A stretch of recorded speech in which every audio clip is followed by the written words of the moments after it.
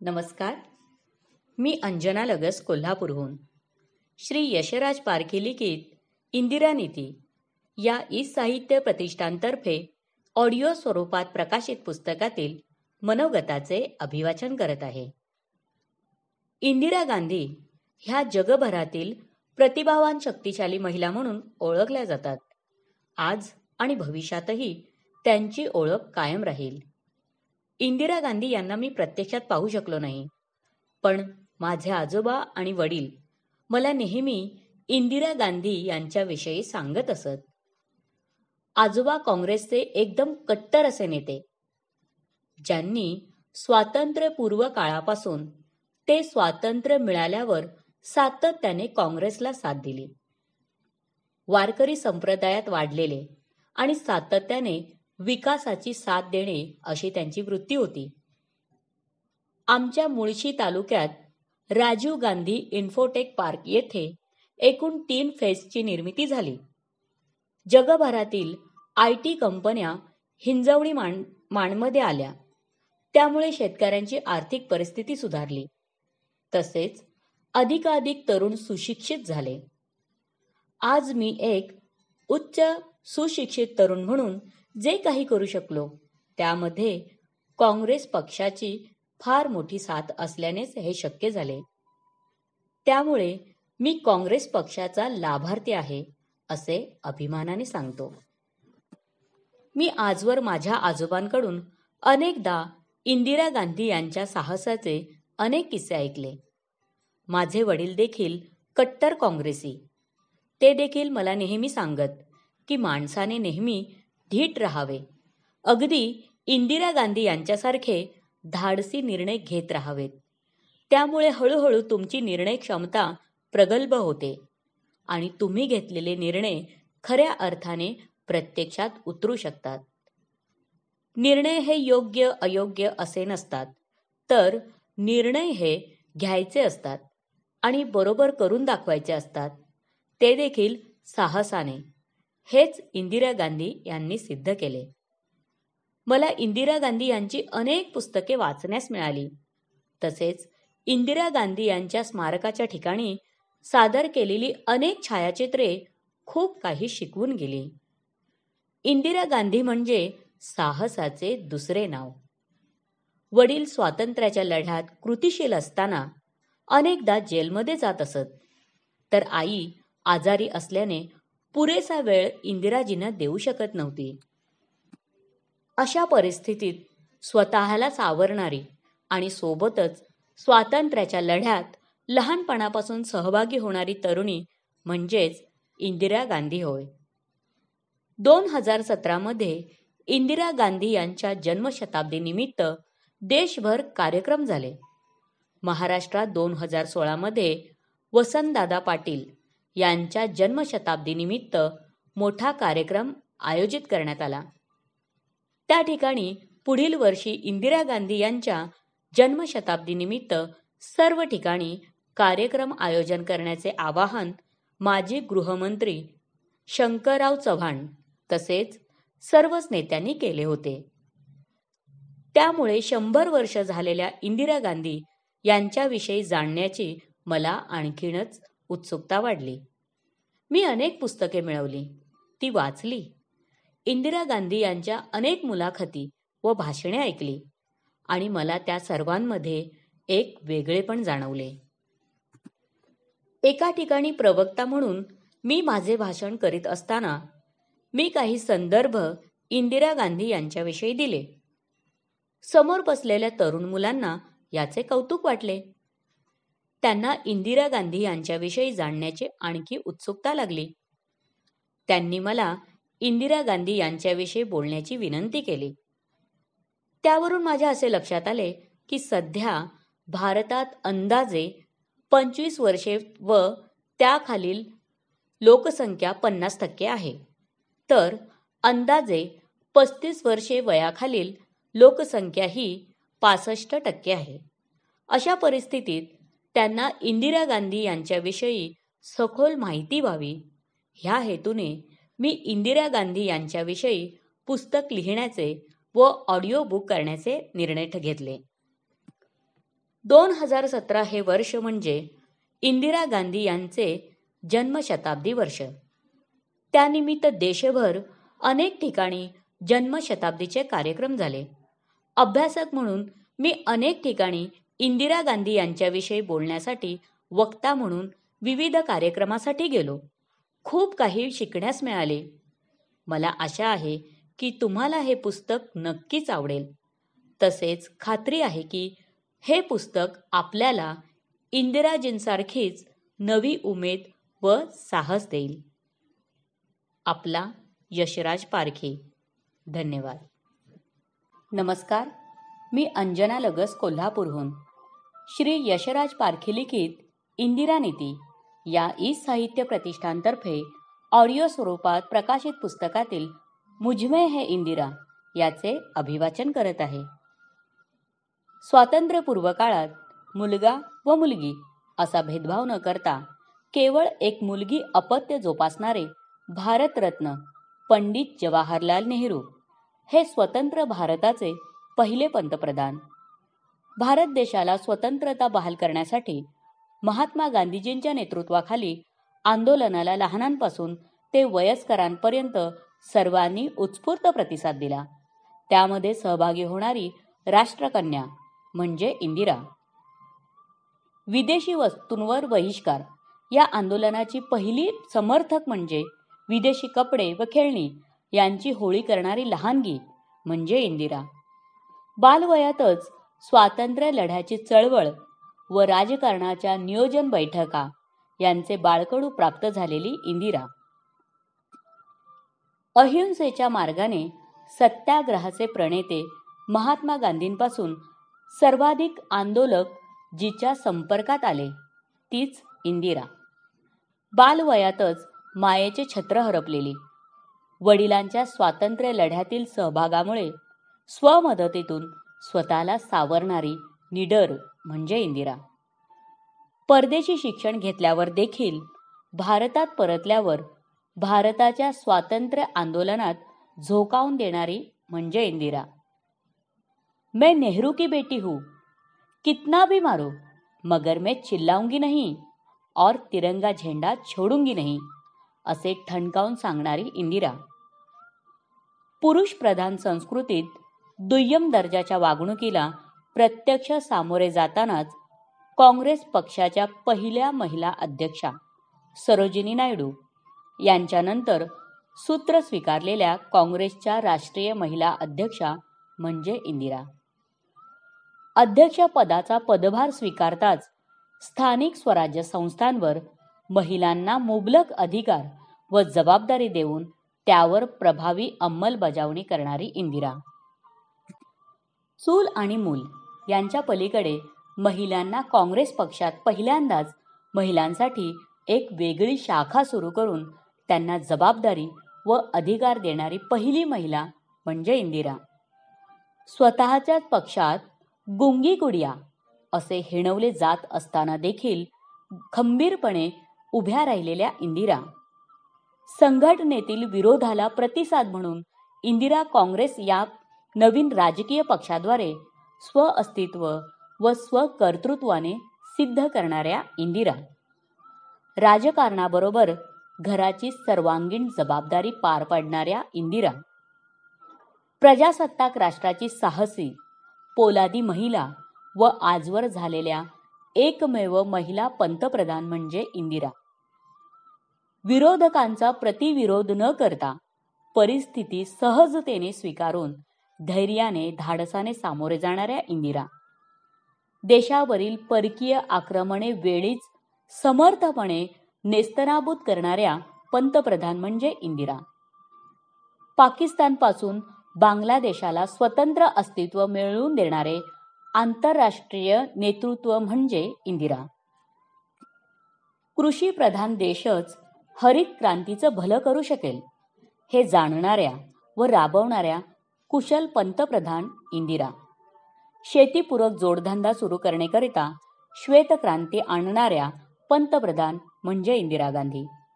देशातील 80% अधिक दारिद्र्य रेषेखालील जनतेच्या भल्यासाठी गरिबी हटाव असा नारा देणारी माऊली म्हणजे इंदिरा. अवघ्या 40 वर्षात हेच प्रमाण अवघे 22% खाली आणण्याचे महान कार्य करणारी गरिबांची माऊली म्हणजे इंदिरा. विज्ञान तंत्रज्ञानाचा मूलमंत्र जपणाऱ्या पंतप्रधान म्हणजे इंदिरा. राज्यकारभारातील तत्कालीन अराजकता मोडून काढण्यासाठी राष्ट्रपती राजवट लागू करणाऱ्या इंदिरा. पंजाबला खालिस्तान बनवू पाहणाऱ्या ढिंगरावाल्याच्या दहशतवादाला संपून टाकणाऱ्या पंतप्रधान म्हणजे इंदिरा. आपल्या प्रत्येक भाषणातून देशातील तरुणांना योग्य दिशा आणि प्रेरणा देणाऱ्या पंतप्रधान म्हणजे इंदिरा. जन्मशताब्दी नंतरही त्यांचे विचार अजूनही तरुणांना प्रेरित करतात अशा भारतरत्न पंतप्रधान म्हणजे इंदिरा गांधी. महिला आरक्षण मिळवून देणाऱ्या व देशात एकूण महिलांना स्वयंपूर्ण करणाऱ्या प्रणेत्या म्हणजे इंदिरा गांधी. आधुनिक काळातील जीवनावश्यक तंत्रज्ञानाची पायाभरणी करून घराघरात टेलिव्हिजन व प्रत्येक हातात मोबाईल देणाऱ्या डिजिटल क्रांतीचे प्रणेते राजीव गांधीजींच्या मातोश्री म्हणजे इंदिरा गांधी. 18 वर्षांवरील सर्व भारतीय नागरिकांना मतदानाचा अधिकार प्राप्त करून देणाऱ्या धोरणी पंतप्रधान राजीव गांधी यांच्या मातोश्री इंदिरा गांधी. आज आपण जे सुखकर जीवन जगतो आहे त्याच्या मुख्य सूत्रधार म्हणजे इंदिरा गांधी. धर्मनिरपेक्ष भारत देशाची मुहूर्तमेढ रोवणाऱ्या व सर्व धर्म समभाव मानणाऱ्या इंदिरा गांधी. देशांतर्गत मैदान राजकारणाचे असो किंवा आंतरराष्ट्रीय रणनीतीचे असो किंवा खेळाचे असो, इंदिराजींनी कधीही जातीय, भाषीय, प्रांतीय भेदभावाला थारा दिला नाही. इंदिरा गांधी पंतप्रधान असताना भारतात आशियाई खेळाचे देखील भव्य दिव्य आयोजन करण्यात आले होते. खेळाच्या मैदानात त्यांना भारताचे साहस व एकता दिसत असे. समता, समानता व बंधुभाव ह्या जीवनशैलीचे नेहमीच स्वागत करणाऱ्या आयर्न लेडी म्हणजे इंदिरा गांधी. तळागाळात कारखानदारी पोहोचावी, सर्वांना रोजगार मिळावा अशी भूमिका इंदिरा गांधी यांची होती. जोपर्यंत स्थानिक नागरिकांची विचारसरणी बदलणार नाही तोपर्यंत राष्ट्र प्रगती करू शकणार नाही. त्यासाठी सर्वांची आर्थिक पत वाढली पाहिजे अशा प्रकारची धारणा इंदिराजी गांधी यांची होती आणि त्या अनुषंगाने देशाच्या कानाकोपऱ्यात उद्योजकता वाढीस लावणारे व बँकांचे राष्ट्रीयकरण करणाऱ्या धुरंधर नेतृत्व म्हणजे इंदिरा गांधी. विज्ञान तंत्रज्ञानामधील आविष्कारांचा राष्ट्र उभारणीत सहभाग अत्यावश्यक आहे. त्यांच्या माध्यमातून राष्ट्राला वाटचाल करणे गरजेचे राहील. भारत देशाला स्वातंत्र्य प्राप्तीनंतरही परकीय आक्रमणाला सामोरे जावे लागेल अशी शंकाही कोणाला आली नव्हती. दुर्दैवाने असे होऊनही आपण अशी आक्रमणे यशस्वीपणे परतवू शकलो. ह्या दूरदृष्टीच्या प्रणेत्या म्हणजे इंदिरा गांधी. 3 डिसेंबर 1971 मध्ये पाकने भारतीय वायुसेनेच्या पश्चिम तळावर आक्रमण केले. भारतीय सैन्याने सीमेचे रक्षण करतानाच 14व्या दिवशी बांगलादेशला त्याचे स्वतंत्र अस्तित्व निर्माण करून देणाऱ्या ह्या आपल्या दुर्गादेवी म्हणजेच इंदिरा गांधी देशासमोरील समस्यांना मिटवण्यासाठी, गरिबी हटवून चौतर्फा विकास साधण्यासाठी देशाला 20 सूत्री कार्यक्रम देणाऱ्या सक्षम नेत्या म्हणजे इंदिरा गांधी. भारत देशातील मुलगा असो किंवा मुलगी ह्या सर्वांमध्ये आहेत त्या इंदिरा गांधी. म्हणूनच मी म्हणतो, मुझमे है इंदिरा, तुझमे है इंदिरा.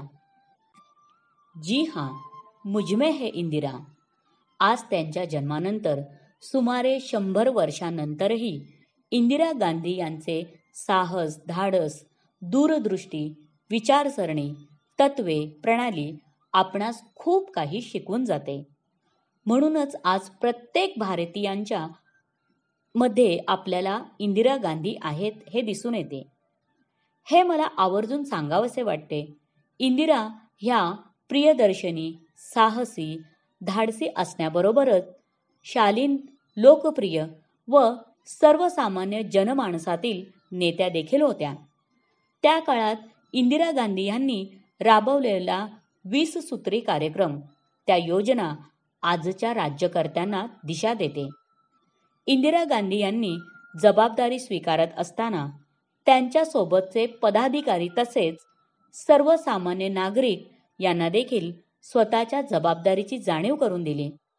इंदिरा गांधी यांच्याविषयी लहानपणापासूनची यशोगाथा समजण्यासाठी प्रथम इंदिरा गांधी यांच्या कुटुंबाचा व त्यांच्यावर अद्भुत निर्णय क्षमता असणाऱ्या व नकळतपणे संस्कार करणाऱ्या सरदार वल्लभभाई पटेल यांची यशोगाथा जाणून घेणे गरजेचे आहे. धन्यवाद. नमस्कार, मी अंजना लगस, कोल्हापूरहून. श्री यशराज पारखी लिखित इंदिरा नीती या ई साहित्य प्रतिष्ठानतर्फे ऑडिओ स्वरूपात प्रकाशित पुस्तकातील मोतीलाल नेहरू यशोगाथा आणि स्वातंत्र्य संग्राम याचे अभिवाचन करत आहे. 18व्या शतकाच्या सुरुवातीलाच काश्मीरी पंडित घराणे असलेले लक्ष्मी नारायण नेहरू हे कुटुंब दिल्ली येथे आले. दिल्लीत ईस्ट इंडिया कंपनीमध्ये लेखनिक म्हणून लक्ष्मी नारायण काम करीत असत. खरं तर त्यावेळी राजेशाही होती. आजच्या सारखे त्यावेळी एक देश नव्हता. राजे राजवाडे असलेले राजे आपले राज्य वाढावे म्हणून एकमेकांवर आक्रमण करीत असत. देश एकसंध शिवाय एकच देश अशी संकल्पनाच नव्हती. देश वेगवेगळ्या राजे राजवाड्यांमध्ये विभागला गेला होता. याच दरम्यान ईस्ट इंडिया कंपनी भारतात व्यवसायानिमित्त आली होती. इंग्रजांनी विविध राज्यांबरोबर वेगवेगळे करार करून राज्याच्या राज्य काबीज करण्याचे कुटील काम केले.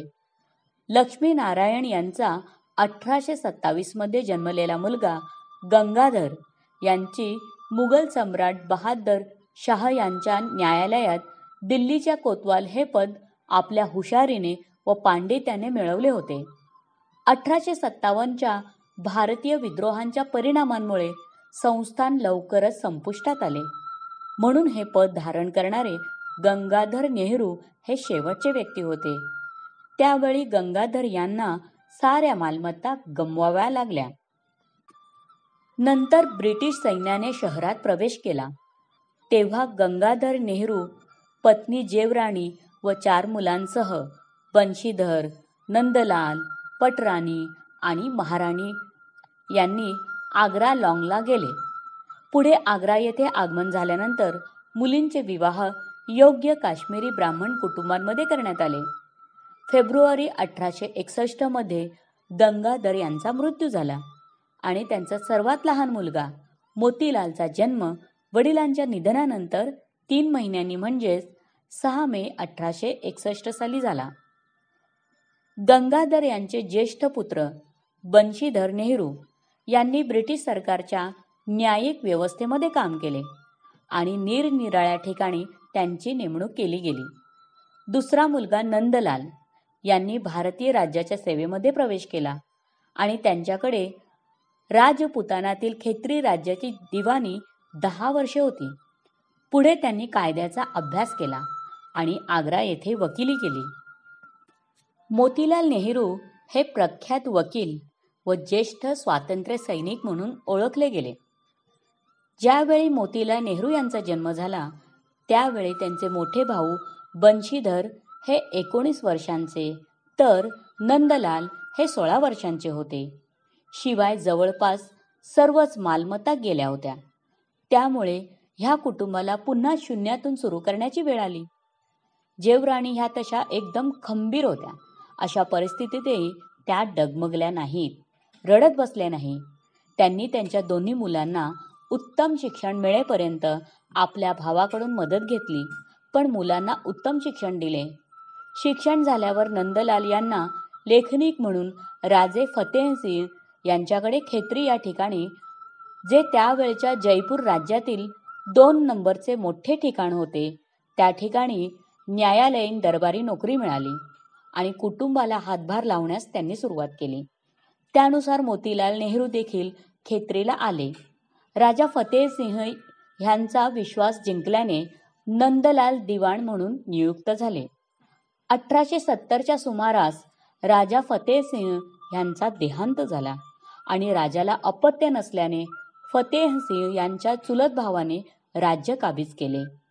राजा फतेहसिंह गेल्यानंतर नंदलाल यांनी देखील खेत्री सोडले आणि ते पुन्हा आग्रा येथे आले. वादविवाद व कायदेशीर खटला यामध्ये राजाच्या दरबारी मिळालेल्या न्यायालयीन अनुभवाने त्यांच्यातील प्रावीण्य त्यांना ओळखता आले. परिणामी त्यांनी आवश्यक त्या परीक्षा दिल्या, जेणेकरून ते ब्रिटिश औपनिवेशिक न्यायालयात वकिली करू शकतील. प्रांतीय उच्च न्यायालय वकिली सुरू झाली. कालांतराने प्रांतीय उच्च न्यायालय इलाहाबाद येथे शिफ्ट करण्यात आले. त्यानुसार नंदलाल त्यांच्या कुटुंबासह व मोतीलाल यांच्यासह इलाहाबाद येथे स्थलांतरित झाले. मोतीलाल नेहरू यांना खेत्री, आग्रा व नंतर इलाहाबाद येथे सर्वोत्तम शिक्षण मिळाले. हायकोर्टाची परीक्षा पास करीत युनिव्हर्सिटी ऑफ केम्ब्रिजमधून बार ॲट लॉ याची पदवी घेणाऱ्या सुरुवातीच्या भारतीयांमध्ये नंबर मिळवला आणि वयाच्या 25व्या वर्षी स्वतःच्या पायावर उभे राहिले. थोड्याच कालावधीत कायदेतज्ज्ञ म्हणून त्यांना प्रसिद्धी मिळाली आणि त्यांच्या हुशारीने सर्वजण त्यांना पंडित मोतीलाल नेहरू म्हणून ओळखू लागले.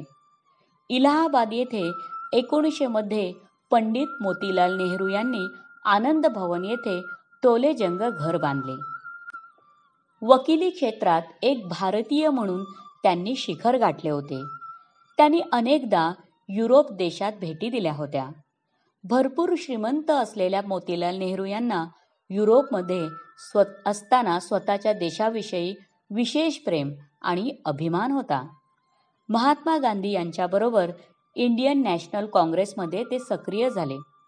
महात्मा गांधी यांच्या सांगण्यावरून मोतीलाल नेहरू यांच्या संपूर्ण कुटुंबाने वेस्टर्न कपडे परिधान करणे सोडले आणि भारतीय खादी कपडे घालण्यास सुरुवात केली. 5 फेब्रुवारी 1919 मध्ये मोतीलाल नेहरू यांनी डेली न्यूजपेपर सुरू केला. त्यामध्ये नेहरूजी आपले विचार स्पष्टपणे मांडत असत. अमृतसर येथे इंडियन नॅशनल काँग्रेस पार्टीचे राष्ट्रीय महाअधिवेशन झाले. त्याचे अध्यक्षपद मोतीलाल नेहरू यांनी सांभाळले. त्यानंतर 1928 मध्ये कलकत्ता येथे झालेल्या महाअधिवेशनामध्ये अध्यक्षपदाची जबाबदारी पार पडली. 1922 मध्ये मोतीलाल नेहरू यांनी देशबंधू चित्तरंजन दास, लाला लजपत राय व इतर देशभक्त यांना सोबत घेऊन स्वराज्य पक्षाची स्थापना केली. आपले स्वतःचे हक्काचे राज्य हेच स्पष्ट उद्दिष्ट समोर ठेवून त्यांनी पक्ष कार्य सुरू केले. 1923 मध्ये Motilal Nehru central legislative assembly of British India new दिल्लीमध्ये निवडून आले आणि विरोधी पक्षनेते झाले. मार्च 1926 मध्ये मोतीलाल नेहरू यांनी भारतीय प्रतिनिधी असलेल्या सभेची मागणी केली, जी संपूर्ण संविधान बनवू शकेल, पण ती मागणी नाकारल्याने मोतीलाल नेहरू व त्यांच्या सहकाऱ्यांनी राजीनामा दिला. दरम्यान महात्मा गांधी यांनी मोतीलाल नेहरू व त्यांच्या साथीदारांना इंडियन नॅशनल काँग्रेसमध्ये आमंत्रित केले आणि पुन्हा महात्मा गांधी यांच्या नेतृत्वाखाली मोतीलाल नेहरू व साथीदारांनी देशकार्य सुरू केले. 1928 साली कोलकाता येथे भरलेल्या काँग्रेस अधिवेशनाचे अध्यक्षपद त्यांनी भूषवले. तसेच 1928 मध्ये काँग्रेस पक्षाने भारताचे भावी संविधान बनवण्यासाठी नेमलेल्या समितीचे ते अध्यक्ष होते. ह्या समितीने नेहरू रिपोर्ट सादर केला. भारतात सायमन कमिशनवर बहिष्कार टाकला जात असता व त्याचे सारखे निषेध होत असता भारत मंत्री लॉर्ड बर्कनहेड त्या कमिशनचे समर्थन करीत होते. असे समर्थन करीत असता त्यांनी भारतीय नेत्यांना आवाहन दिले की भारतीय राजकीय संघटनांनी एकत्र येऊन भारताची भावी घटना कशी असावी याविषयी एकमताने मसुदा तयार करून सरकारकडे द्यावा. सरकार तो पार्लमेंटकडे पाठवेल. लॉर्ड बर्कनहेड यांची अशी कल्पना होती की भारतीय राजकीय संघटनात व नेत्यात एकमत होणे केवळ अशक्य आहे. परंतु त्यांची ही कल्पना चुकीची ठरली. भारताने तेव्हा आवाहन स्वीकारले व काँग्रेस, मुस्लिम लीग, हिंदू महासभा इत्यादी राजकीय संघटनांची सर्वपक्षीय परिषद मुंबईत डॉक्टर अन्सारी यांच्या अध्यक्षतेखाली 19 मे 1928 रोजी भरवण्यात आली. भारताची भावी घटना कोणत्या तत्वानुसार निर्माण व्हावी हे ठरवण्यासाठी परिषदेने पंडित मोतीलाल नेहरू यांच्या अध्यक्षतेखाली एक समिती नियुक्त केली. या समितीत सर तेजबहादूर सप्रू, सर अली इमाम, बापूसाहेब अणे, सुभाषचंद्र बोस इत्यादी व्यक्ती घेण्यात आल्या. समितीने मोठ्या परिश्रमाने देशातील राजकीय व घटनात्मक समस्यांचा अभ्यास व चर्चा करून आपला अहवाल तयार केला. समितीने मध्यबिंदू गाठला. साम्राज्याअंतर्गत भारताला लगेच स्वराज्य मिळावे व नंतर लगेच दुसरी पायरी ही संपूर्ण स्वातंत्र्याची असावी असे समितीने निश्चित केले. नेहरू रिपोर्टवर चर्चा करण्यासाठी कलकत्ता येथे सर्वपक्षीय सभा भरली. मुस्लिम लीगच्या वतीने बॅरिस्टर जिनांनी अनेक दुरुस्त्या मांडल्या. जवळजवळ त्या सर्व फेटाळण्यात आल्या. मुस्लिमांच्या स्वतंत्र मतदारसंघाच्या हक्कावर पाणी सोडण्यास मुस्लिम लीग तयार नव्हती. भारताला साम्राज्याअंतर्गत लगेच स्वराज्य मिळावे, तदनंतर पूर्ण स्वातंत्र्य हेच भारताचे ध्येय राहील. भारत संघराज्यात्मक राज्य असेल. प्रांतांना आवश्यक तेवढी स्वायत्तता मिळेल. प्रांतांना फक्त एकच कायदेमंडळ असावे. राज्यकारभाराच्या विषयांची वाटणी केंद्र व प्रांत यांच्यात व्हावी अशी चर्चा झाली. मोतीलाल नेहरू यांचे वय 69 वर्षे झाले होते. शिवाय त्यांना शरीरही साथ देत नव्हते. नेहरू रिपोर्टनंतर झालेल्या ऐतिहासिक संघर्षात त्यांना सक्रियपणे सहभाग घ्यायचा होता. त्यानुसार ते धडाडीने भाग देखील घेत होते. 12 मार्च 1930 ते एप्रिल 1930 मध्ये मिठाचा सत्याग्रह, दांडी यात्रा झाली. हजारो स्वातंत्र्य सैनिकांना जेलमध्ये टाकण्यात आले. त्यामध्ये मोतीलाल नेहरू आणि जवाहरलाल नेहरू हे दोघे बाप-लेक यांना देखील अटक झाली. परंतु मोतीलाल नेहरू यांची तब्येत ठीक नसल्याने त्यांना जेलमधून लवकर बाहेर सोडण्यात आले.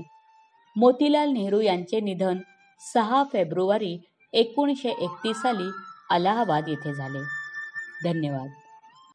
नमस्कार, मी अंजना लगस कोल्हापूरहून श्री यशराज पारखी लिखित इंदिरानीती या ई-साहित्य प्रतिष्ठानतर्फे ऑडिओ स्वरूपात प्रकाशित पुस्तकातील पंडित जवाहरलाल नेहरू आणि स्वातंत्र्य संग्राम याचे अभिवाचन करत आहे.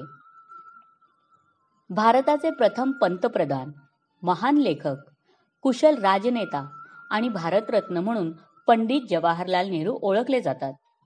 पंडित जवाहरलाल नेहरू यांचा जन्म 14 नोव्हेंबर 1889 मध्ये आंतरराष्ट्रीय दर्जाचे वकील म्हणून ओळख असलेल्या मोतीलाल नेहरू या काश्मीरी ब्राह्मण कुटुंबात अलाहाबादमध्ये झाला. मोतीलाल नेहरू यांच्या पत्नीचे नाव स्वरूप राणी असे होते. पंडित जवाहरलाल नेहरू हे त्यांचे एकमेव पुत्र होते. तसेच त्यांना 2 कन्या होत्या. त्यांच्या ज्येष्ठ कन्येचे नाव विजयालक्ष्मी होते. पुढे त्या विजयालक्ष्मी पंडित म्हणून नावारूपाला आल्या. त्यांच्या कनिष्ठ कन्येचे नाव कृष्णा होते. जवाहरलाल नेहरू यांचे प्राथमिक शिक्षण घरीच झाले. ते 15 वर्षांचे असताना 1905 मध्ये त्यांना इंग्लंडला हायरो स्कूलमध्ये शिक्षणासाठी पाठवण्यात आले. हायरो येथे 2 वर्षे शिक्षण घेतल्यावर केम्ब्रिजच्या ट्रिनिटी कॉलेजमधून पुढील 3 वर्षे विज्ञान या विषयात ग्रॅज्युएशन केले. केम्ब्रिजमध्ये पदवी घेतल्यावर पुन्हा जवाहरलाल नेहरू लंडनला गेले आणि तेथील इनर टेम्पलमध्ये 2 वर्षे वकिलीचे शिक्षण पूर्ण केले. जवाहरलाल नेहरू 1912 मध्ये भारतात परतल्यानंतर त्यांनी राजकारणात प्रवेश केला. विद्यार्थी दशेत असतानाही परकीय जुलमी राजवटीखालील देशांच्या स्वातंत्र्य लढ्यात त्यांना रुची होती. आयर्लंडमध्ये झालेल्या सिन फेन आंदोलनाबाबत त्यांना विशेष स्वारस्य होतं. भारताच्या स्वातंत्र्य संग्रामात सहभागी होण्यावाचून त्यांना पर्याय नव्हता. 1912 मध्ये एक प्रतिनिधी म्हणून ते बांकीपूर काँग्रेसला उपस्थित राहिले. 1916 मध्ये ते पहिल्यांदा महात्मा गांधींना भेटले आणि ते खूपच प्रेरित झाले. 8 फेब्रुवारी 1916 रोजी कमला हौल यांच्याशी जवाहरलाल नेहरू यांचा हिंदू धर्माच्या रीतिरिवाजाप्रमाणे विवाह झाला. 19 नोव्हेंबर 1917 मध्ये त्यांना कन्यारत्न झाले. तिचे नाव प्रियदर्शिनी म्हणजेच इंदिरा असे ठेवण्यात आले. 1917 साली होम रूल लीगमध्ये जवाहरलाल नेहरू सामील झाले. 1919 मध्ये अलाहाबादच्या होम रूल लीगचे ते सचिव बनले. जवाहरलाल नेहरू यांचा राजकारणातील खरा प्रवेश महात्मा गांधी यांना 1919 मध्ये भेटल्यावर झाला. त्यावेळी महात्मा गांधींनी रॉलेट अधिनियमच्या विरुद्ध एक अभियान सुरू केले होते. त्यावेळी मोतीलाल नेहरू तसेच महात्मा गांधी यांच्या सक्रिय परंतु अहिंसापूर्ण सत्याग्रहाच्या आंदोलनाने जवाहरलाल नेहरू प्रेरित झाले.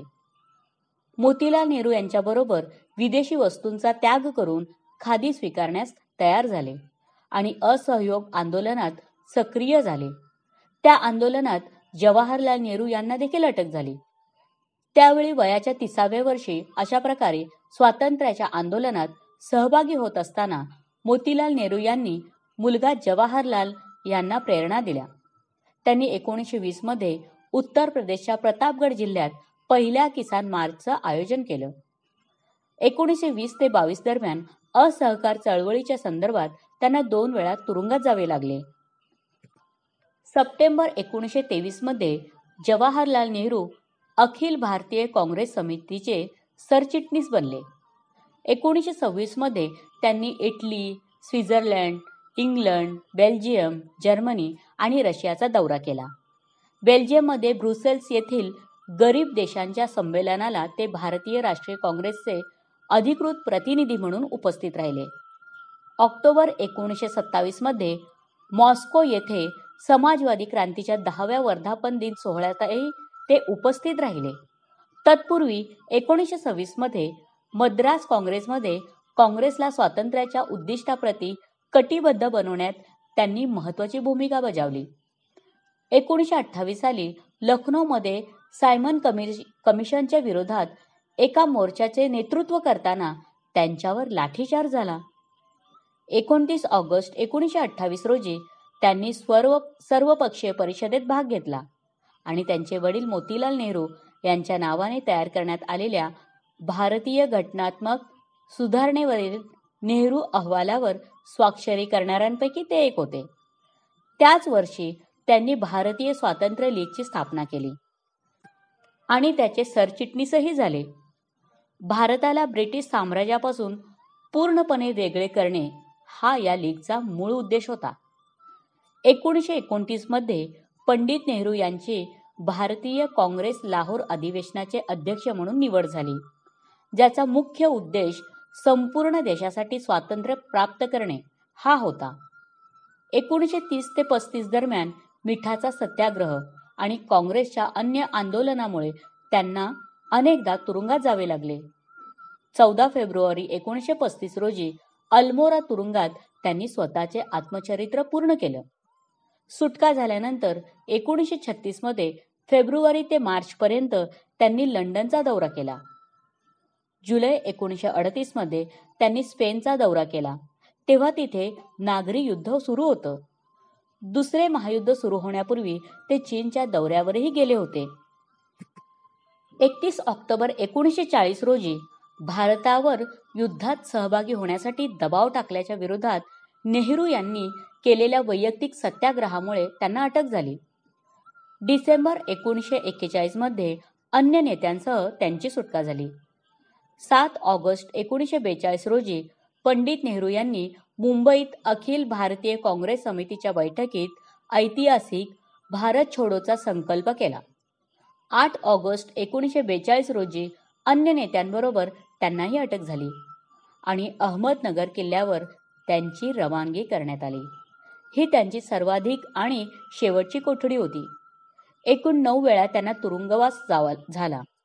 जानेवारी 1945मध्ये सुटका झाल्यावर त्यांनी देशद्रोहाचा आरोप असलेल्या INAचे अधिकारी आणि व्यक्तींचा कायदेशीरपणे बचाव केला.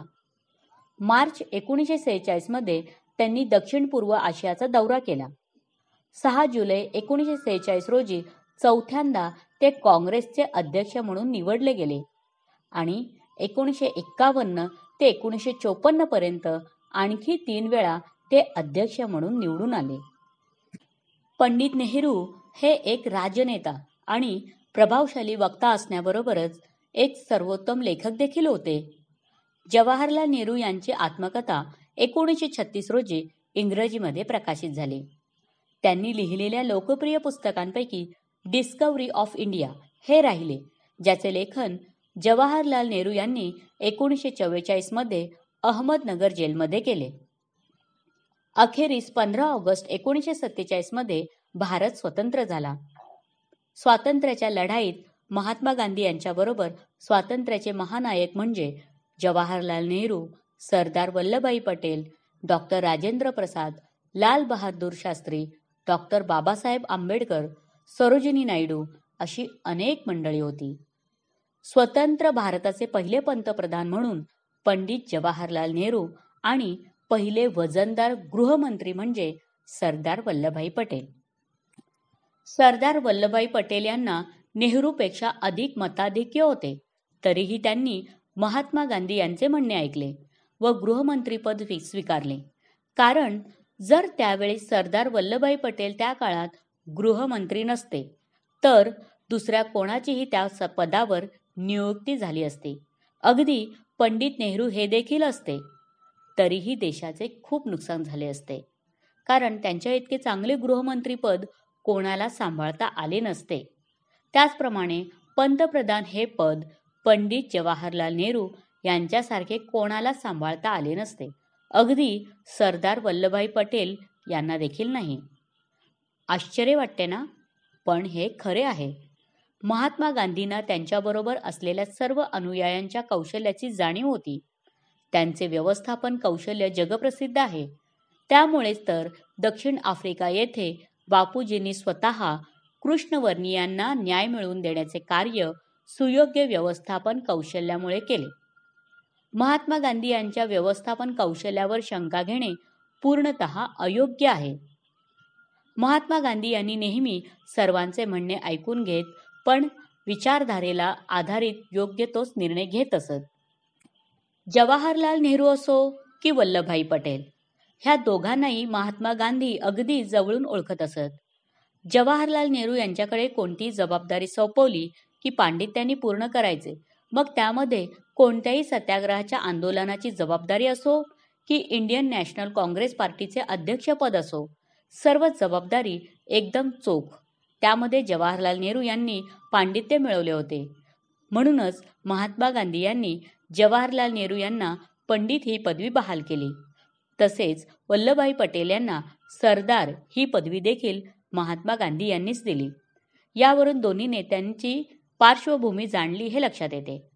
पंडित जवाहरलाल नेहरू यांनी केलेल्या कामाचा आढावा या पुस्तकामध्ये प्रत्येक दशकानुसार लिहिले आहे. भारताच्या विकासाचा पाया पंडित जवाहरलाल नेहरू यांनी घातला. चीन देशाबरोबरच संघर्षाच्या काही कालावधीनंतर पंतप्रधान जवाहरलाल नेहरू यांची तब्येत अचानक बिघडली. 27 मे 1964 मध्ये त्यांना हृदयविकाराचा झटका आला आणि पंडित जवाहरलाल नेहरू यांनी अखेरचा श्वास घेतला. धन्यवाद. नमस्कार, मी अंजना लगस, कोल्हापूरहून. श्री यशराज पारखी लिखित इंदिरा नीती या ई-साहित्य प्रतिष्ठानतर्फे ऑडिओ स्वरूपात प्रकाशित पुस्तकातील सरदार वल्लभभाई पटेल आणि स्वातंत्र्य संग्राम याचे अभिवाचन करत आहे. सरदार वल्लभभाई पटेल यांना देशाच्या स्वातंत्र्य चळवळीच्या इतिहासात पोलादी पुरुष म्हणून अत्यंत आदराने गौरवले जाते. महात्मा गांधी यांच्या जवळचे सहकारी म्हणून सरदार पटेल स्वातंत्र्य चळवळीत अग्रेसर होते. त्यांचे व्यक्तिमत्व वैशिष्ट्यपूर्ण होते. त्यांच्याजवळ चाणक्याची मुत्सद्दी नीती होती. आपल्या कामावर त्यांची प्रचंड निष्ठा होती. त्यांच्याकडे उत्तम संघटन कौशल्य होते.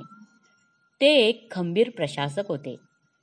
त्यांनी कणखर धोरणांचा अवलंब करून 565 संस्थानांचे विलिनीकरण करून एकसंध भारत उभा केला.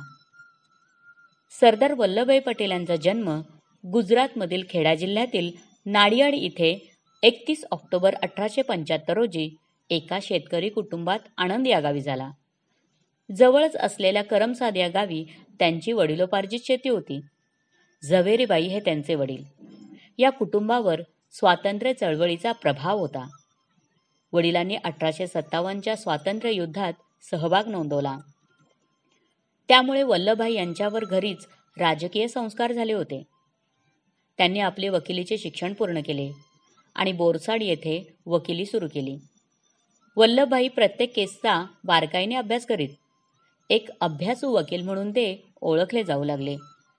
पुढे ते प्रतिकूल आर्थिक परिस्थितीतून मार्ग काढून बॅरिस्टर झाले.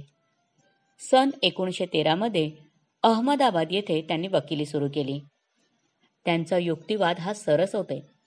उलट तपासणीच्या वेळी ते कसलेल्या साक्षीदाराचीही बोलती बंद करीत. विरोधक कोणते मुद्दे मांडतील याचा अभ्यास करून ते आपला बचाव तयार ठेवत असत. न्यायालयात ते अत्यंत निर्भीडपणे वागत असत. एक निष्णात वकील म्हणून त्यांना अल्पावधीतच लौकिक प्राप्त झाले. वकिलीबरोबरच त्यांनी अहमदाबाद पालिकेची निवडणूक लढवली. तिथूनच त्यांचा राजकारणात प्रवेश झाला. 1917 मध्ये खेडा जिल्ह्यात प्रचंड पाऊस झाला. त्यामुळे खरीपाचे पीक पूर्णपणे गेले. पुढे उंदरांचा सुळसुळाट झाला. तसेच अन्य कीटकांमुळे रब्बीचेही पीक गेले होते. 25% पीक उत्पादन कमी येईल अशी परिस्थिती होती. या दुष्काळामुळे शेतसाऱ्याची वसुली पुढे ढकलावी अशी शेतकऱ्यांची मागणी होती. 18,000 सह्या असलेले एक निवेदन 15 नोव्हेंबर 1917 रोजी सरकारला देण्यात आले. दयालाल येथील होम रूल लीगच्या सभासदांनी असेच निवेदन सरकारला दिले. परंतु याचा काही उपयोग झाला नाही. इंग्रज सरकारने शेतकऱ्यांवर जप्तीचे आदेश काढले आणि भांडीकुंडी जप्त करून सारा वसुली सुरू केली.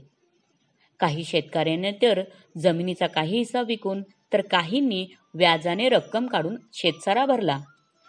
या अन्यायात शेतकरी भरडला जाऊ लागला. महात्मा गांधी यांनी सक्तीच्या शेतसाऱ्याच्या वसुलीविरोधात खेडा जिल्ह्यातील हजारो शेतकऱ्यांची सत्याग्रहाची चळवळ सुरू केली. या चळवळीचे नेतृत्व त्यांनी सरदार वल्लभभाई पटेल यांच्याकडे सोपवले.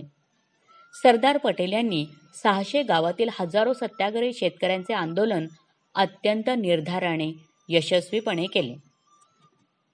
यातूनच सरदार पटेल यांचे नेतृत्व भारतीय स्वातंत्र्य चळवळीत उदयास आले आणि महात्मा गांधींच्या सहवासात ते वाढले, फुलले आणि एक कणखर, धाडसी नेता म्हणून लोकप्राप्त झाले.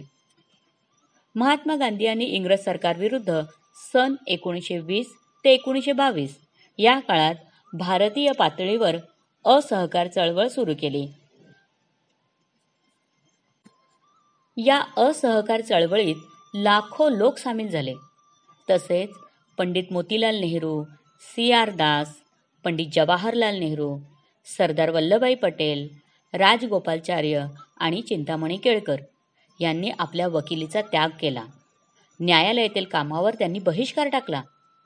सन 1930च्या सविनय कायदेभंग चळवळीत सरदार पटेल यांनी भाग घेतला म्हणून त्यांना अटक करण्यात आली. त्यांना 5 महिन्यांच्या तुरुंगवासाची शिक्षा झाली.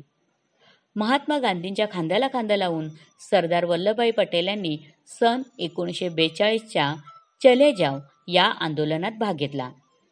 इंग्रज सरकारने 9 ऑगस्ट 1942च्या पहाटेच गांधीजींसह सरदार वल्लभभाई पटेल, पंडित नेहरू, आचार्य कृपलानी, मौलाना आझाद, गोविंद वल्लभ पंत, असफ अली या काँग्रेसच्या नेत्यांना अटक केली.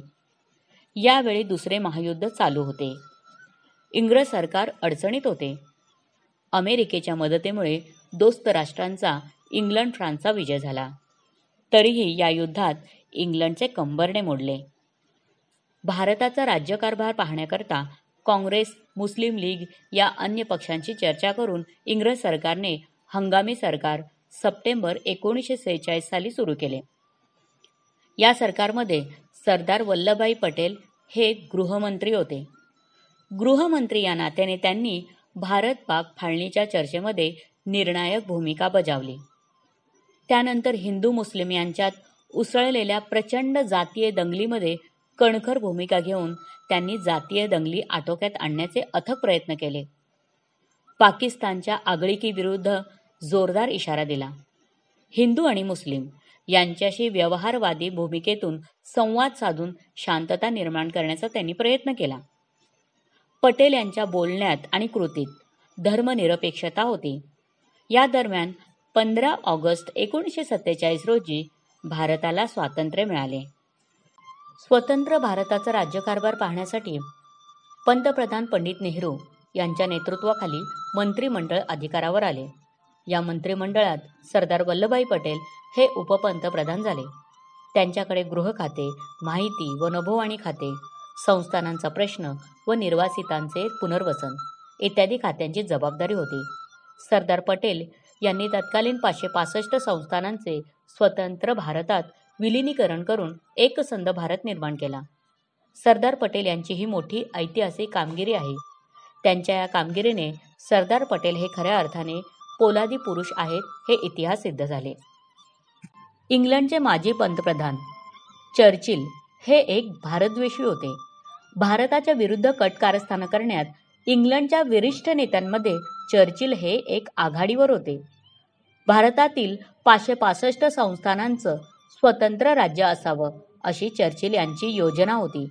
त्यांची ही योजना पटेल यांना अस्वस्थ करीत होती. चर्चिल यांच्या योजनेनुसार कॅबिनेट मिशनने 12 मे आणि 16 मे 1946 रोजी 2 महत्त्वाच्या घोषणा केल्या.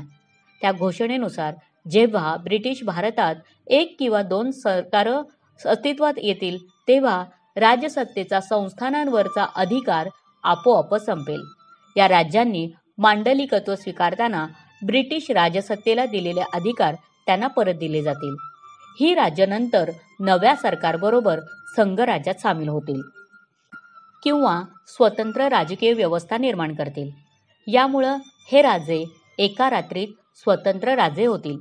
ही स्थिती अतिशय धोकादायक आहे हे पटेलांनी तात्काळ ओळखले. 16 मे 1946 रोजी ब्रिटिशांनी पत्रक काढून या संस्थानांच्या सार्वभौमत्वावर जवळपास शिक्कामोर्तब केला.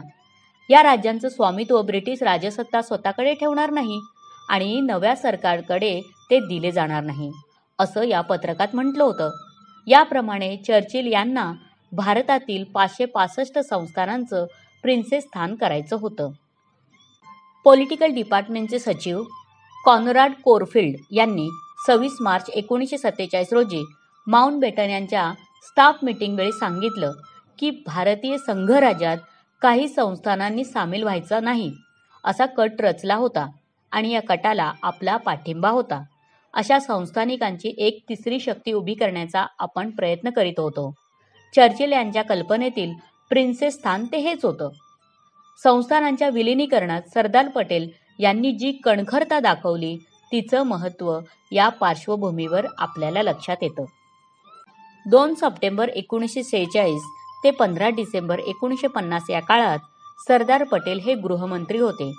गांधी, पटेल आणि नेहरू यांच्यात कितीही मतभेद असले तरीही या तिघांचे राष्ट्रहिताचे विचार परस्परांना पूरक होते. गांधीजींनी लाखो लोकांना प्रेरणा दिली तर पटेलांनी या लाखो लोकांना संघटित केलं, एक लढाऊ शक्ती उभी केली. हे तिघही अत्युच्च ताकदीचे नेते होते.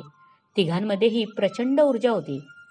तिघांनीही देशासाठी मोठा त्याग केला.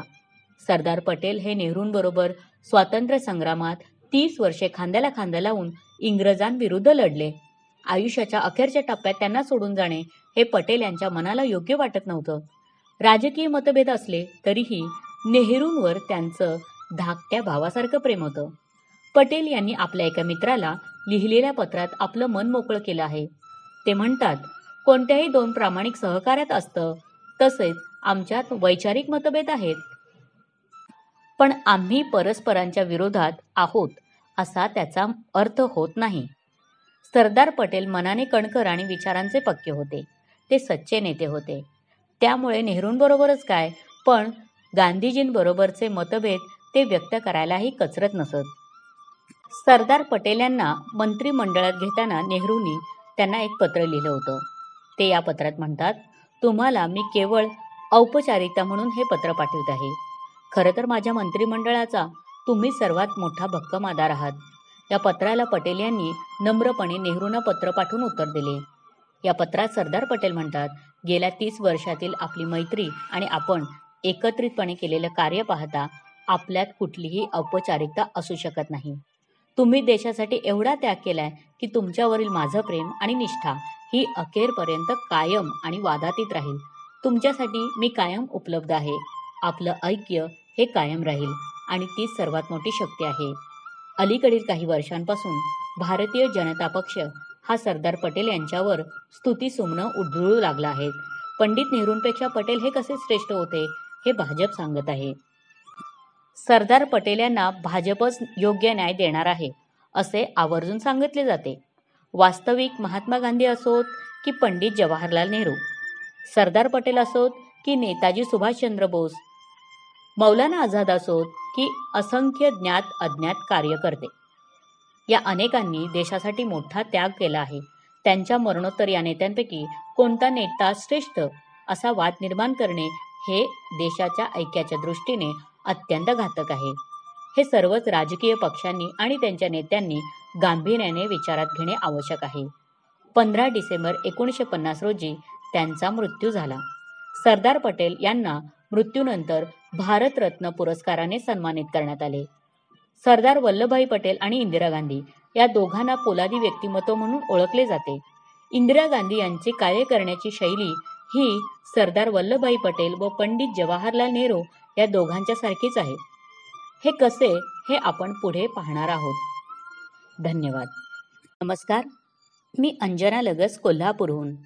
श्री यशराज पारखी लिखित इंदिरा नीती या ई साहित्य प्रतिष्ठानतर्फे ऑडिओ स्वरूपात प्रकाशित पुस्तकातील इंदिराचे लहानपण याचे अभिवाचन करत आहे. भारताच्या आधुनिक इतिहासात दिल्ली स्थित सफदरजंग हे रोड अतिशय महत्त्वाची वास्तू आहे. अशा स्मारकाचा विसर पडणे कोणत्याही भारतीय नागरिकाला अशक्य होईल. सन 1964 ते 1977 पर्यंत व 1980 ते 1984 पर्यंत पहिल्या महिला पंतप्रधान इंदिराजी गांधी सफदरजंग रोड या ठिकाणी वास्तव्यास होत्या. सफदरजंग रोड येथून इंदिरा गांधी यांनी भारत देशासाठी विशेष महत्त्वपूर्ण निर्णय घेतले. देशाने प्रगतीपथावर वाटचाल करावी म्हणून त्यांनी मोलाचे कार्य येथूनच पार पडले. देशाचे तुफानी, साहसी, खंबीर, दूरदृष्टीधारक नेतृत्व म्हणून ओळख असलेल्या इंदिरा गांधी ह्या नेहरू घराण्याशी संबंधित असल्या तरीही त्या भारताच्या पंतप्रधानपदी त्यांच्या नेतृत्व कौशल्याने व कर्तृत्वाने विराजमान झाल्या. इंदिरा गांधी देशाच्या पहिल्या आणि आजतागायत एकमेव अशा यशस्वी महिला पंतप्रधान झाल्या. देशाचे प्रथम पंतप्रधान पंडित जवाहरलाल नेहरू व कमला नेहरू यांचे एकमेव अपत्य असल्याने त्यांनी राष्ट्रीय राजकारण तसेच देशाचा स्वातंत्र्य संग्राम जवळून पाहिला. 19 नोव्हेंबर 1917 रोजी इलाहाबाद येथे जन्मलेल्या इंदिरा यांनी भारत स्वातंत्र्यपूर्व व स्वातंत्र्योत्तर संपूर्ण कारभार अनुभवला व स्वतः त्यामध्ये सहभाग घेतला. आई कमला आणि पिता पंडित जवाहरलाल नेहरू यांच्याकडून त्यांना सर्वांगीण संस्कार झाले होते. मातापित्यांबरोबरच आजोबा मोतीलाल नेहरू व आजी स्वरूपा राणी यांनी देखील त्यांना घडवण्यात मोलाचा सहभाग घेतला होता. मुळात नेहरू हे काश्मीरी पंडित. आजोबा मोतीलाल नेहरू हे व्यवसायाने वकील व भारतीय राष्ट्रीय काँग्रेस पक्षाचे आघाडीचे नेते होते. स्वरूपा राणी यांच्याबरोबर विवाहानंतर ते अलाहाबाद येथे स्थायिक झाले होते. जवाहरलाल नेहरू प्राथमिक शिक्षणानंतर उच्च शिक्षणासाठी इंग्लंडला गेले. पंडितजींनी इंग्लंडमध्ये वकिलीचे शिक्षण पूर्ण करून भारतात वकिली व्यवसायाबरोबरच स्वातंत्र्य संग्रामात सक्रिय सहभाग घेतला. कमला नेहरू यांच्याबरोबर लग्न झाल्यावर त्यांना प्रथम आणि एकमेव कन्यारत्न प्राप्त झाले. आजी आजोबांनी त्यांचे नाव इंदिरा असे ठेवले, तर पंडितजींनी त्यांना प्रियदर्शिनी असे संबोधले. धन्यवाद. नमस्कार, मी अंजना लगस, कोल्हापूरहून. श्री यशराज पारखे लिखित इंदिरा नीती या ई साहित्य प्रतिष्ठानतर्फे ऑडिओ स्वरूपात प्रकाशित पुस्तकातील तिरंगा झेंडा छोडूंगी नहीं याचे अभिवाचन करत आहे. त्या काळात नेहरू परिवार इलाहाबाद येथील आनंद भवन ह्या वास्तूत मुक्कामी होते. आनंद भवन या ठिकाणीच इंदिरा नेहरू यांचे पूर्वज राहत व तेथूनच त्यांनी स्वातंत्र्य लढ्यात सक्रिय सहभाग घेतला. मोतीलाल नेहरू हे आदरातिथ्य आणि देशसेवा करण्यात तत्पर असत. त्यामुळे आनंद भवन येथे सततच स्वातंत्र्य लढ्यातील आंदोलकांचा राबता असायचा. मोतीलाल नेहरू यांचे राहणीमान अतिशय साहेबी दर्जाचे होते. इंदिरा अधिकाधिक वेळ आजोबा मोतीलाल नेहरू यांच्याबरोबर घालवत असे. एकमेव अपत्य असल्या कारणाने इंदिराजींना त्यांच्या बालपणातील रचनात्मक काळ हा माता पित्यांशिवाय व्यतीत करावा लागला. ब्रिटिश सरकार इंदिराजींच्या मातापित्यांना स्वतंत्र संग्रामातील सहभागाबद्दल वारंवार अटकेत ठेवत असत. वडिलांची स्वातंत्र्य लढ्यातील व्यग्रता, आई कमला नेहरू यांचे दीर्घ आजारपण व स्वातंत्र्य लढ्यातील आंदोलकांची नेहमीची वर्दळ या लहानग्या इंदिराच्या शालेय जीवनास पोषक वातावरण प्राप्त करू देत नसे. त्या आवश्यक म्हणून पंडितजींनी इंदिराच्या शिक्षणाची सोय घरातूनच केली होती. इंदिराजींचे शिक्षण हे घरीच तयार केलेल्या अभ्यास वर्गातून दिल्ली, इलाहाबाद, जिनेव्हा, वेक्स, पुणे आणि मुंबई येथून मिळालेल्या शिक्षणाचे एक चांगल्या प्रकारचे मिश्रण आहे. एका मुलाखती दरम्यान इंदिराजी स्वतः म्हणतात की लहान वयातच स्वातंत्र्य लढ्यातील सहभागामुळे त्यांनी स्वतःला मित्रमैत्रिणी जोडण्यासाठी पुरेसा वेळ मिळालाच नाही. कौटुंबिक सदस्यांशिवाय इतर कोणाशीही त्यांचा फारसा संबंध आला नाही. मैत्रिणींची गप्पा गोष्टी करण्यात त्यांना रस नव्हता. आई वडिलांबरोबरच जास्त वेळ राहण्यात त्यांना आनंद मिळत होता. पंडितजींच्या स्वातंत्र्य लढ्यातील व्यस्ततेमुळे इंदिराजींना अस्थिर कौटुंबिक जीवन लाभले. तसेच पंडितजींचा इंदिराच्या बालपणातील सर्वाधिक काळ हा तुरुंगातच गेला होता.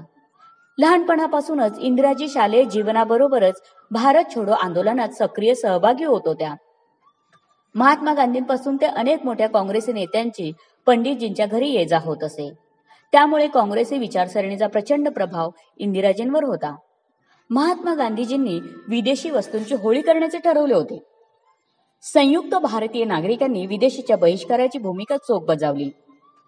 फिरंगियों के चुंगल से देश को आजाद कराने के लिए महात्मा गांधी ने खुद विदेशी कपड़ों की होली जलाई थी. परदेशी पाहुण्यांनी इंदिराजींसाठी आणलेल्या भेटवस्तूंचा स्वीकार न करता त्या म्हणाल्या कि मैं विदेशी कपड़े बिल्कुल भी नहीं पहनूंगी. मैं सभी विदेशी कपड़ों को और खिलौनों को होली में जलाऊंगी. असे म्हणून बाणेदार इंदिराजींनी त्या संपूर्ण भेटवस्तूंची होळी करण्याचे ठरवले. सचमुच में उस छोटी सी इंदिरा ने होली में सभी विदेशी कपड़े और खिलौने फेंके थे. इलाहाबाद मध्ये प्राथमिक शिक्षण पूर्ण केल्यानंतर त्यांनी रवींद्रनाथ टागोर यांच्या विश्व भारती विश्वविद्यालय शांतिनिकेतन मध्ये प्रवेश मिळवला. शांतिनिकेतन मधील भारतीय संस्कृती व कला यावर आधारित अभ्यासक्रमामुळे इंदिराजींना सर्वात अधिक आनंदाचा काळ इथेच घालवता आला. विविध कलांमध्ये पारंगत असलेल्या इंदिराजींना नृत्य कलेसाठी खुद्द रवींद्रनाथ टागोर यांनी सन्मानित केले. इंदिराजी 12 वर्षांच्या असताना त्यांनी महाविद्यालयीन तरुण तरुणींना एकत्र करून वानर सेना संघटनेची स्थापना केली. त्या संघटनेने अगदी छोट्याशा पण महत्वपूर्ण भूमिका पार पाडल्या. ज्येष्ठ नेत्यांना दैनंदिन कामातून उसंतच देताना अत्यंत गोपनीय संदेशांची देवाणघेवाण करण्याचे महत्वपूर्ण काम त्यांनी पार पाडले. इंदिराच्या नेतृत्वाखाली महाविद्यालयीन विद्यार्थ्यांच्या मोर्चावर ब्रिटिश सैन्याने लाठीमार केला. जखमी इंदिराजींनी हातातील तिरंगा सोडला नव्हता व तो खाली पडू दिला नाही. उलट आंदोलक विद्यार्थ्यांवर लाठीमार करणाऱ्या त्या अधिकाऱ्याला त्यांनी खडसावून सांगितले, मैं नेहरूजी की बेटी हूं, मैं डरूंगी नहीं, मैं चिल्लाऊंगी भी नहीं, मैं अपना तिरंगा छोडूंगी नहीं. इंदिरा गांधी यांचे जीवन लहानपणापासून अत्यंत संघर्षमय गेले. आई कमला नेहरू सातत्याने आजारी असल्याने तसेच आजोबा मोतीलाल नेहरू व वडील पंडित नेहरू हे जास्तीत जास्त काळ तुरुंगात व त्यानंतर स्वातंत्र्य लढ्याच्या कार्यात व्यग्र असल्याकारणाने ते फार अल्प वेळ इंदिरा यांना देऊ शकले होते. त्यातूनच लहानपणापासूनच त्यांना एकटीला सावरण्याचे व परिस्थितीनुसार वावरण्याचे संपूर्ण प्रशिक्षण स्वसहाय्यातून प्राप्त झाले. इंदिराजी यांच्या मातोश्री कमला नेहरू यांचे वयाच्या अवघ्या 36व्या वर्षी 28 फेब्रुवारी 1936 रोजी निधन झाले. धन्यवाद. नमस्कार, मी अंजना लगस कोल्हापूरहून श्री यशराज पारखे लिखित इंदिरा नीती या ऑडिओ स्वरूपात प्रकाशित पुस्तकातील परदेशात शिक्षण व विवाह याचे अभिवाचन करत आहे. इंग्लंडमधील समरविल कॉलेज ऑक्सफर्डमध्ये प्रवेश घेतल्यानंतर इंदिराने तेथील इंडियन लीगचे सदस्यत्व स्वीकारले होते.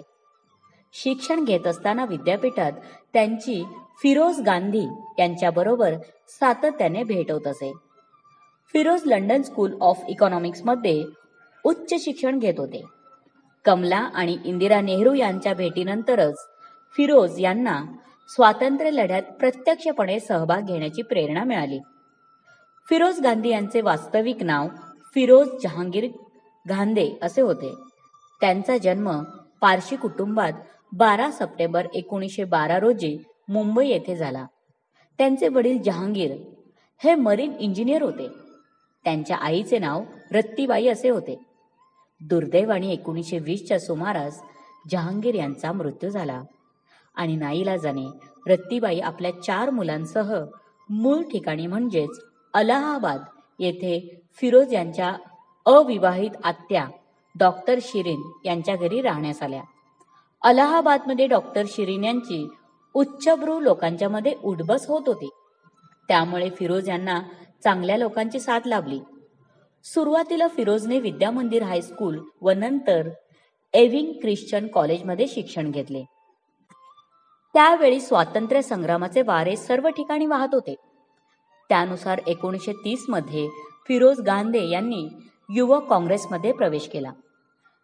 त्यावेळी महात्मा गांधी यांच्या विचाराने संपूर्ण भारत प्रेरित झाला होता. त्यानुसार अनेक तरुण स्वातंत्र्य संग्रामात उडी घेत होते. त्यामध्ये फिरोज गांधी हे देखील होते. फिरोज यांनी महात्मा गांधी यांच्या विचाराने प्रेरित होऊन गांधी हे आडनाव बदलून गांधी असे करण्याचा निर्णय घेतला. असा उल्लेख फ्रँक कॅथरीन यांच्या the life of Indira Nehru Gandhi या पुस्तकात सापडतो. एकदा शेतकऱ्यांच्या आंदोलनात्मक चळवळीत कमला नेहरू सहभागी झाल्या. आंदोलनाच्या दरम्यान कमला नेहरू यांना भोवळ आली. त्यावेळी आंदोलनात सहभागी असलेले फिरोज यांनी कमला नेहरू यांची काळजी घेतली. त्यानंतर नेहरूंच्या आनंदवनात फिरोज यांचे जाणे येणे सुरू झाले.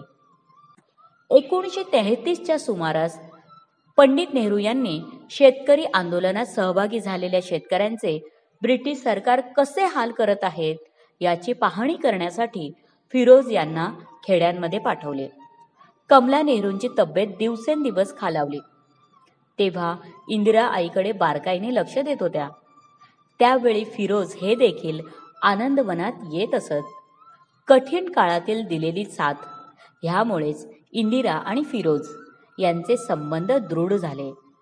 इंदिराजींनी सर्व धर्म समभाव या भारत देशाच्या प्रतिमेसाठी आटोकाट प्रयत्न केले.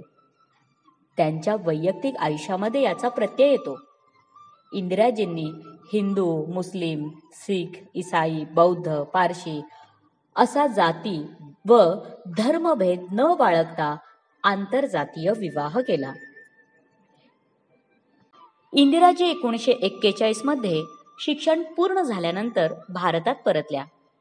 युरोपातील वास्तव्यात फिरोज गांधी यांच्याबरोबर असलेल्या त्या ओळखीचे रूपांतर परस्पर प्रेमात झाले. भारतात परतल्यावर इंदिराजींनी लगेचच विवाह बंधनात अडकून जावे यासाठी पंडितजींचा विरोध होता. इंदिरा मात्र फिरोज यांच्याबरोबर विवाह बाबतीत ठाम राहिल्या. इंदिराजींप्रमाणेच फिरोज गांधी हे सुद्धा स्वातंत्र्य लढ्यात सक्रिय सहभाग घेत असत. ते दोघेही भारतीय राष्ट्रीय काँग्रेसचे सभासद होते. 1942च्या लढ्यात सहभाग घेतल्याबद्दल इंदिराजी व फिरोज या दोघांनाही 1942 मध्ये 19 महिन्यांकरता फैजाबाद येथील तुरुंगात ठेवण्यात आले. पूर्वीच्या संयुक्त प्रांतमध्ये नो रेंट एंग्रियन आंदोलनातील सहभागाबद्दल त्यांना 1932 व 1933 मध्ये 2 वेळा अटक झाली. राजकीय जीवनामध्ये खासदार म्हणून फिरोज यांच्यावर भ्रष्टाचाराचे आरोप सिद्ध झाले होते.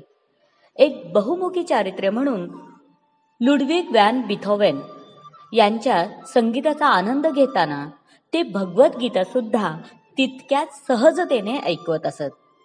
फिरोज गांधी यांनी आपल्या अपत्यांना स्वावलंबनाचे धडे दिले. त्यामुळेच राजीव आणि संजय यांमध्ये कष्टाबद्दल आदरभाव वाढीस लागला. आपल्या विवाहाला आजींकडूनच प्रामुख्याने विरोध होईल असा इंदिराजींचा अंदाज होता, पण तसे न होता त्यांनीच पूर्ण परवानगी दिली होती. पण पंडित जवाहरलाल नेहरू यांनी मात्र सांगितले की जर माझा होकार हवा असेल तर प्रथम महात्मा गांधी यांची परवानगी घेऊन आली पाहिजे. इंदिराजींनी महात्मा गांधी यांची परवानगी मिळवली आणि पूर्वी ठरवल्याप्रमाणे इंदिराजींचा विवाह फिरोज गांधी यांच्याशी 26 फेब्रुवारी 1942 रोजी झाला. भारतीय संस्कृतीत लग्नाला विशेष असे महत्त्व आहे. भारतीय हिंदू संस्कृतीप्रमाणे लग्नात सप्तपदी घेतल्या जातात. अनेकांना माहीत नसेल की लग्नात 7 फेरे व सप्तपदी का घेतल्या जातात. संगीतात जसे 7 सूर म्हणजेच सा रे ग म प ध नि सा, तसेच इंद्रधनुष्यमध्ये 7 रंग जांभळा, पिवळा, लाल, पारवा, निळा, नारंगी आणि हिरवा. त्याचप्रमाणे जगभरात 7 समुद्र आहेत. उत्तर ध्रुवीय, दक्षिण ध्रुवीय, उत्तर महासागर, दक्षिण महासागर, हिंदी महासागर, उत्तर प्रशांत आणि दक्षिण प्रशांत. भारतात आकाशात सप्तऋषी आहेत असे मानले जाते. त्यानुसार आकाशात 7 तारा ह्यांना सप्तऋषी मंडल असे म्हणतात. यामध्ये वामदेव, वशिष्ठ, अत्री, शौनक, भारद्वाज, विश्वामित्र, कण्व असे सप्तऋषी म्हणतात. देव, अग्नी, ब्राह्मण व आप्तेष्ट यांच्या समोर 7 फेरे बरोबर 7 वचन देतात. पहिले वचन तीर्थ, व्रत, यज्ञदान. यामध्ये पती पत्नी म्हणून एकमेकांना साथ देणार. वचन दुसरे पती पत्नी म्हणून दोघांच्याही आई वडिलांचा प्रेमपूर्वक काळजीपूर्वक आदर सन्मान करू. तसेच प्रेमपूर्वक काळजीपूर्वक अतिथी व वडीलधाऱ्यांचा आदर व सन्मान करेन. वचन तिसरे तरुण वयात, प्रौढावयात व वृद्धापकाळात आयुष्यभर एकमेकांना जसे आहोत तसे आणि जसे नाहीत तसे एकमेकांना स्वीकारून प्रेमपूर्वक साथ देऊ. वचन चौथे कुटुंबातील सर्व कर्तव्य जबाबदारीने स्वेच्छेने पूर्ण करू व होणाऱ्या अपत्यावर उत्तम संस्कार करू. वचन पाचवे घरातील प्रत्येक कामात प्रत्येकाला साथ देऊ व एकमेकांना सांभाळून घेऊ. धन, दौलत व उत्तम आरोग्य कमवू. वचन सहावे कोणत्याही वाईट व्यसनांच्या आहारी जाणार नाही व एकमेकांना जाऊ देणार नाही व समाजामध्ये घराण्याची मान उंच करू. वचन सातवे परस्त्री माते समान मानून व परपुरुष भावाप्रमाणे समजून पती पत्नीमध्ये एकोपा निर्माण करून आयुष्यभर नाते निभवू. तशाच प्रकारे इंदिरा गांधी यांनी फिरोज यांच्यासोबत सप्तपदी घेतल्या. त्यानुसार विवाह सोहळा झाला. फिरोज गांधी व इंदिरा नेहरू यांचा विवाह स्वातंत्र्य लढ्याच्या पार्श्वभूमीवर पार पडला. त्याचा योग्य असा परिणाम दोहोंच्या राजनैतिक व वैयक्तिक आयुष्यावर झाला.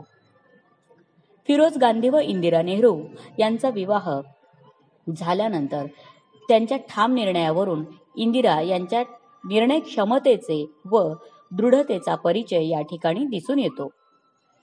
अशाच प्रकारे भविष्यात देखील राष्ट्रीय व आंतरराष्ट्रीय राजकारणात त्याचा प्रत्यय आला. दरम्यान 20 ऑगस्ट 1944 रोजी पहिला मुलगा राजीव व 14 डिसेंबर 1946 रोजी संजय याचा जन्म झाला. दोन्ही मुलांवर इंदिराजींनी यथोचित संस्कार केले व राजकारणाचे योग्य असे धडे दिले. इंदिरा आणि फिरोज यांना बागकामाची अत्यंत आवड होती.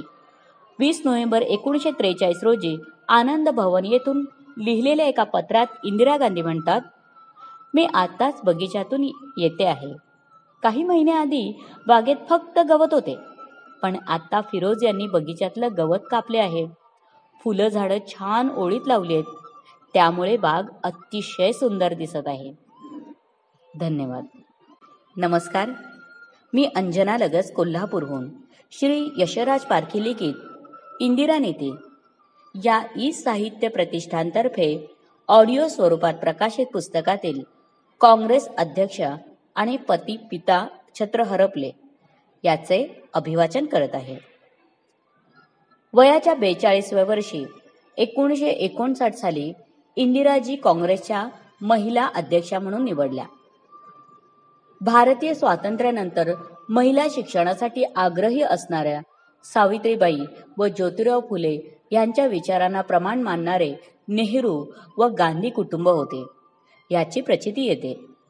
त्याच अनुषंगाने काँग्रेसने 1959 साली प्रथम महिला अध्यक्षा म्हणून इंदिराजींना निवडून आणले. त्यामुळेच देशभरात हर एक क्षेत्रात महिला सशक्तीकरण धोरणाची अंमलबजावणी करण्यात आली.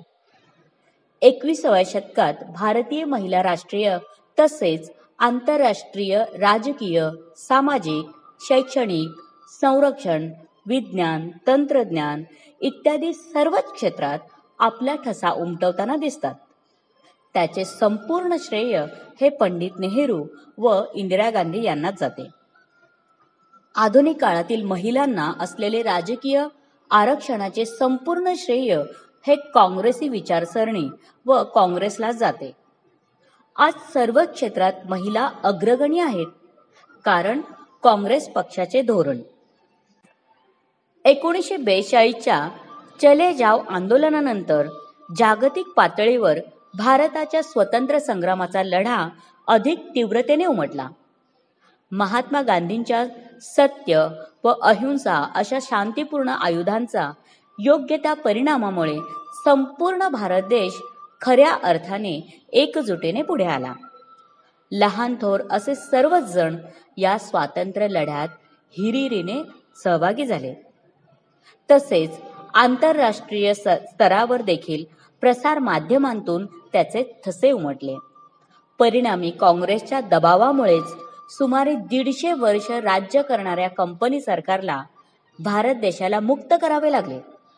15 ऑगस्ट 1947 रोजी स्वतंत्र भारताचा तिरंगा लाल किल्ल्यावर दिमाखात फडकला. डॉक्टर बाबासाहेब आंबेडकर यांच्या नेतृत्वाखाली संविधान समितीने भारत देशाला राज्यकारभाराची स्वतंत्र सक्षम ओळख निर्माण करून दिली. स्वतंत्र भारत देशाने सदरची राज्यघटना संविधानाच्या स्वरूपात 26 जानेवारी 1950 रोजी स्वीकारली. सरदार वल्लभभाई पटेल यांच्या पुढाकाराने पाकिस्तान वगळता इतर संस्थाने भारतात विलीन झाली. हळूहळू ब्रिटिश राजवटीतून स्वतंत्र झालेला भारत देश लोकशाहीच्या मार्गाने प्रजासत्ताक म्हणून नावारूपाला आला. ब्रिटिश सरकारच्या जुलमी राज्यकारभारामुळे भारताचा राज्यकारभार, अर्थव्यवस्था खिळखिळी झाली होती. भारत देशाला सर्वच प्रकारच्या सुधारणांसाठी नव्याने सुरुवात करायची होती. शेती व शेतीपूरक जोडधंदे करण्यास शेतकऱ्यांना प्रेरणा देणे, लघु उद्योगधंद्याच्या माध्यमातून बेरोजगारीचे प्रमाण कमी करणे आवश्यक होते. विकसित अर्थव्यवस्थेकडे वाटचाल करणाऱ्या आत्ताच्या भारत राष्ट्राचे राजकारण चालवणे सोपे झाले होते. स्वातंत्र्यप्राप्तीनंतर दूरदृष्टीधारक योग्य असे पंडित जवाहरलाल नेहरू यांचे नेतृत्व मिळाल्यानेच ते शक्य झाले. सरदार वल्लभभाई पटेल यांचे काँग्रेसच्या पदाधिकाऱ्यांबरोबर उत्तम हितसंबंध होते. त्यामुळे लोकशाहीच्या मार्गाने ते निवडून आले.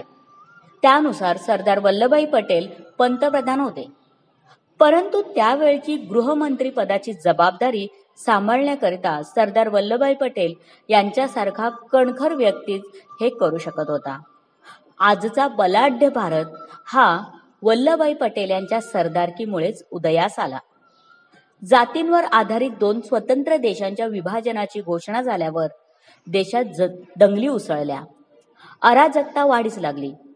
त्यावेळी पाकिस्तानामधून भारतात येणाऱ्या शरणार्थीयांची देखभाल करण्याचे महत्त्वपूर्ण कार्य इंदिरा गांधी यांनी केले. स्वतंत्र भारताचे पहिले पंतप्रधान होण्याचा सन्मान पंडित जवाहरलाल नेहरू यांना मिळाला. त्यावेळी पंडितजींचा मुक्काम त्रिमूर्ती भवन इथे होता.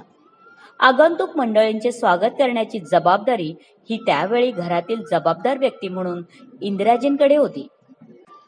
पंतप्रधान नेहरू यांच्या कन्या, सचिव व नर्स म्हणून देखील जबाबदारी त्यांनी चोखपणे पार पाडली. ह्या प्रकारच्या सर्व जबाबदाऱ्या पार पाडताना कळत न कळत इंदिरा गांधी खूप काही शिकल्या. त्यातूनच अनुभवी राजकारणी अस्तित्वात आल्या. इंदिराजी स्वकर्तृत्वाने 1955 मध्ये काँग्रेसच्या राष्ट्रीय कार्यकारिणीच्या सदस्य बनल्या. पंडित नेहरूंच्या मार्गदर्शनामुळे त्यांना एक उत्तम राज्यकारभार सांभाळता आला. पुढे 1959 मध्ये इंदिरा गांधी यांनी भारतीय राष्ट्रीय काँग्रेसच्या राष्ट्रीय अध्यक्षपदासाठी निवडणूक लढवली. वयाच्या अवघ्या 42व्या वर्षी सरोजिनी नायडूंनंतर काँग्रेस पक्षाचे राष्ट्रीय अध्यक्ष होण्याची संधी इंदिरा गांधी यांना मिळाली. निवडणुकीत इंदिरा गांधी यांना राष्ट्रीय अध्यक्षपदांसाठी सहभागी झाल्यामुळे त्यावेळी तत्कालीन पंतप्रधान पंडित जवाहरलाल नेहरू यांच्यावर काँग्रेस पक्षात परिवारवाद पसरवण्याचा आरोप ठेवण्यात आला. पहिल्या अध्यक्षीय भाषणात इंदिराजी म्हणतात, हम भारत की नारी है, हमें न समझना फूल कुमारी, हम आग से निकली चिंगारी है. साहजिकच इंदिराजींना भारतातील लिंगभेदाबद्दल पुरेशी जाणीव होती. तरीही त्यांनी या गोष्टीचा आपल्या वैयक्तिक आयुष्यावर कधीही परिणाम होऊ दिला नाही. अवघ्या 10 महिन्यात भारतीय राष्ट्रीय काँग्रेसच्या अध्यक्षपदाचा राजीनामा देताना त्या म्हणतात की पक्षाप्रती असलेल्या उपकारांची परतफेड मी केलेली आहे. आपले वडील जवाहरलाल नेहरू यांना पत्र लिहिताना त्या म्हणतात की मैं खुद को एक छोटे पिंजरे में कैद पक्षी की तरह महसूस करती हूँ. जब भी मैं हिलने की कोशिश करती हूँ, मेरे पंख पिंजरे की सलाखों से टकराते हैं.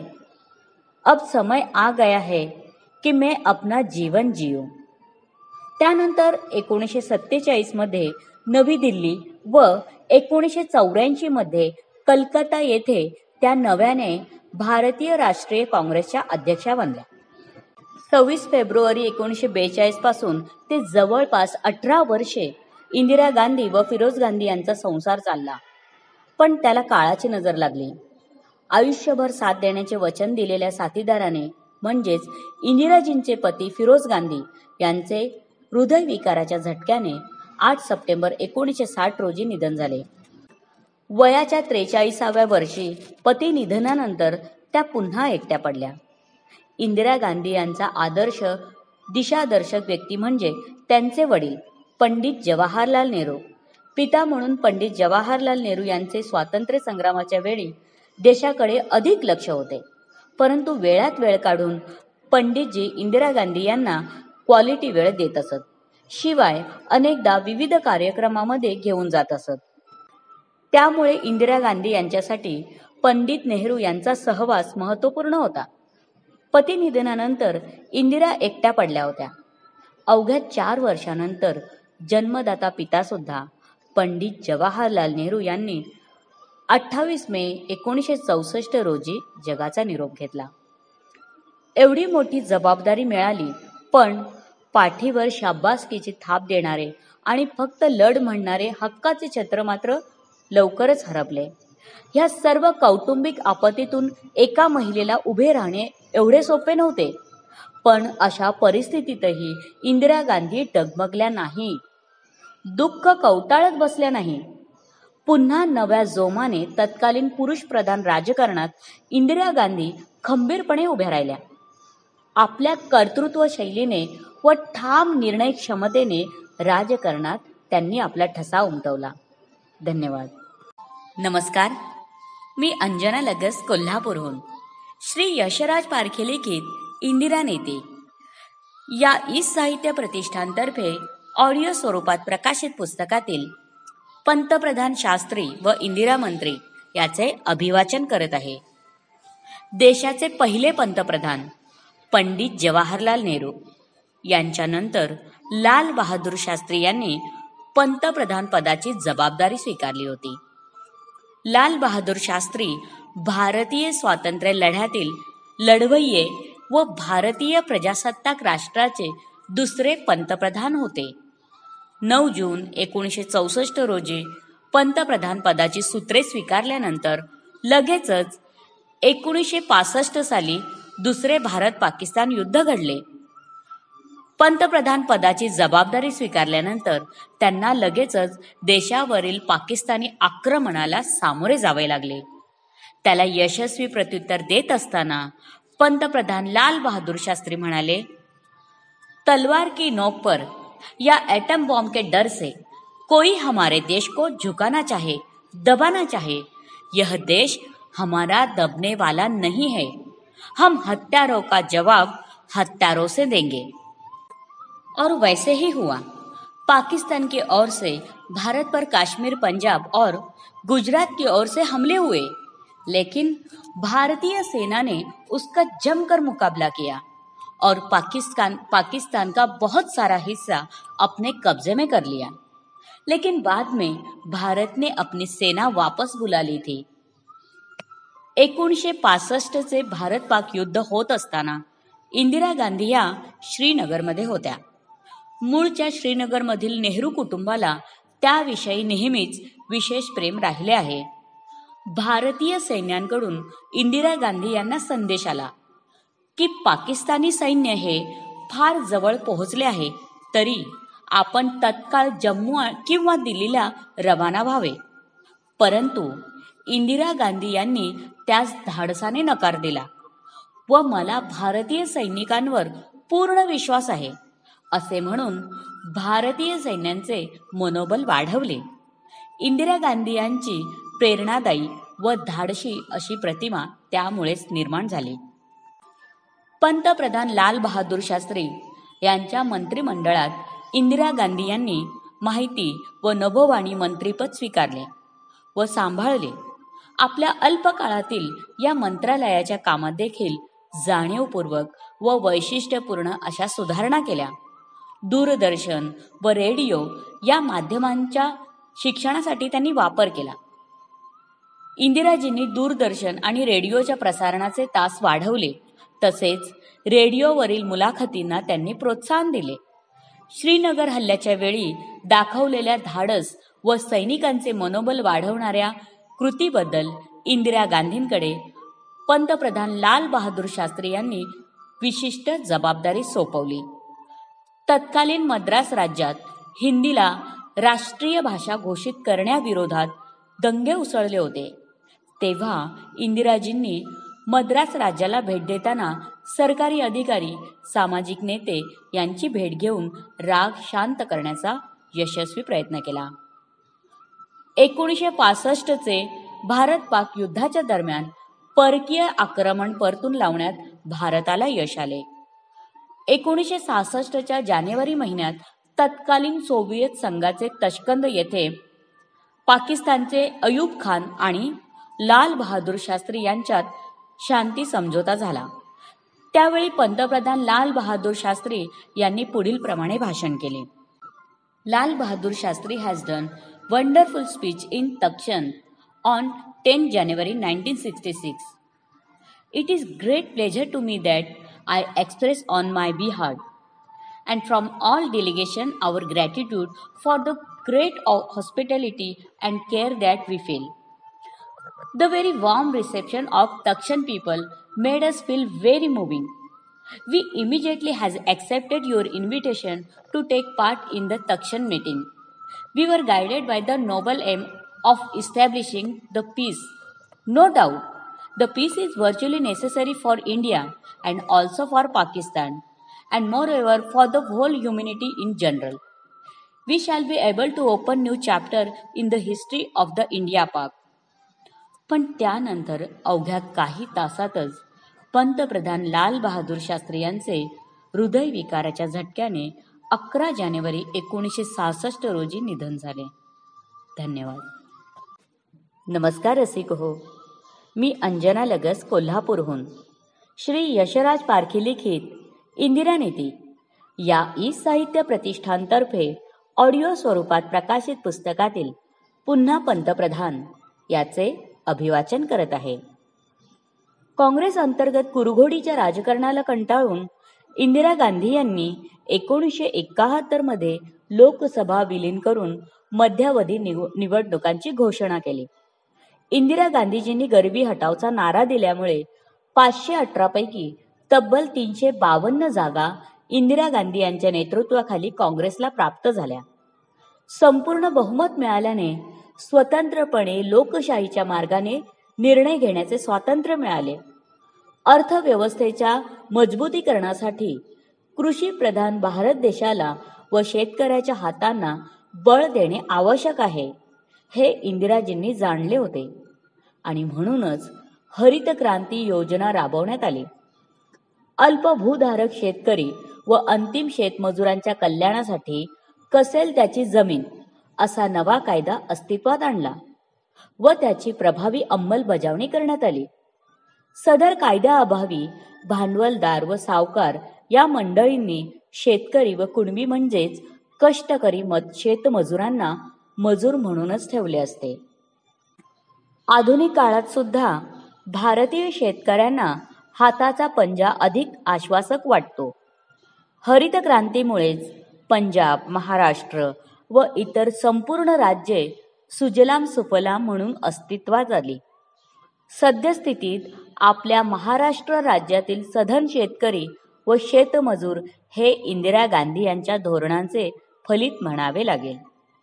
इंदिराजींच्या कार्यकाळातच महाराष्ट्रात ऊस लागवडीसाठी मोठ्या प्रमाणात सुरुवात झाली.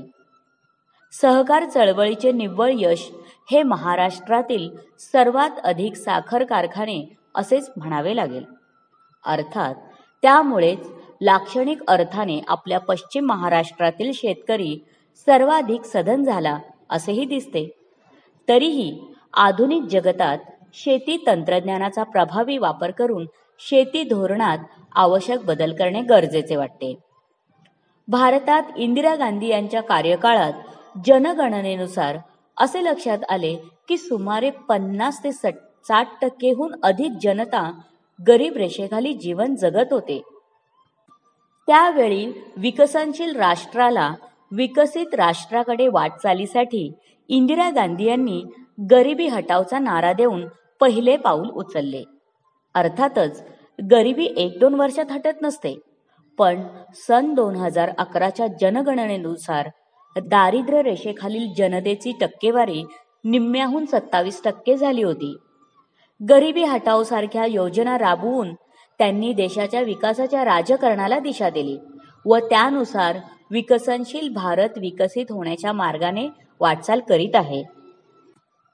पाकिस्तान भारतात सातत्याने आतंकवादी हल्ले करीत होता. त्याला योग्य प्रत्युत्तर देणे गरजेचे होते. पाकिस्तानमध्ये पश्चिम आणि पूर्व भागात 2 वेगवेगळे नेते देशाच्या राजकारणात अत्यंत सक्रिय होते.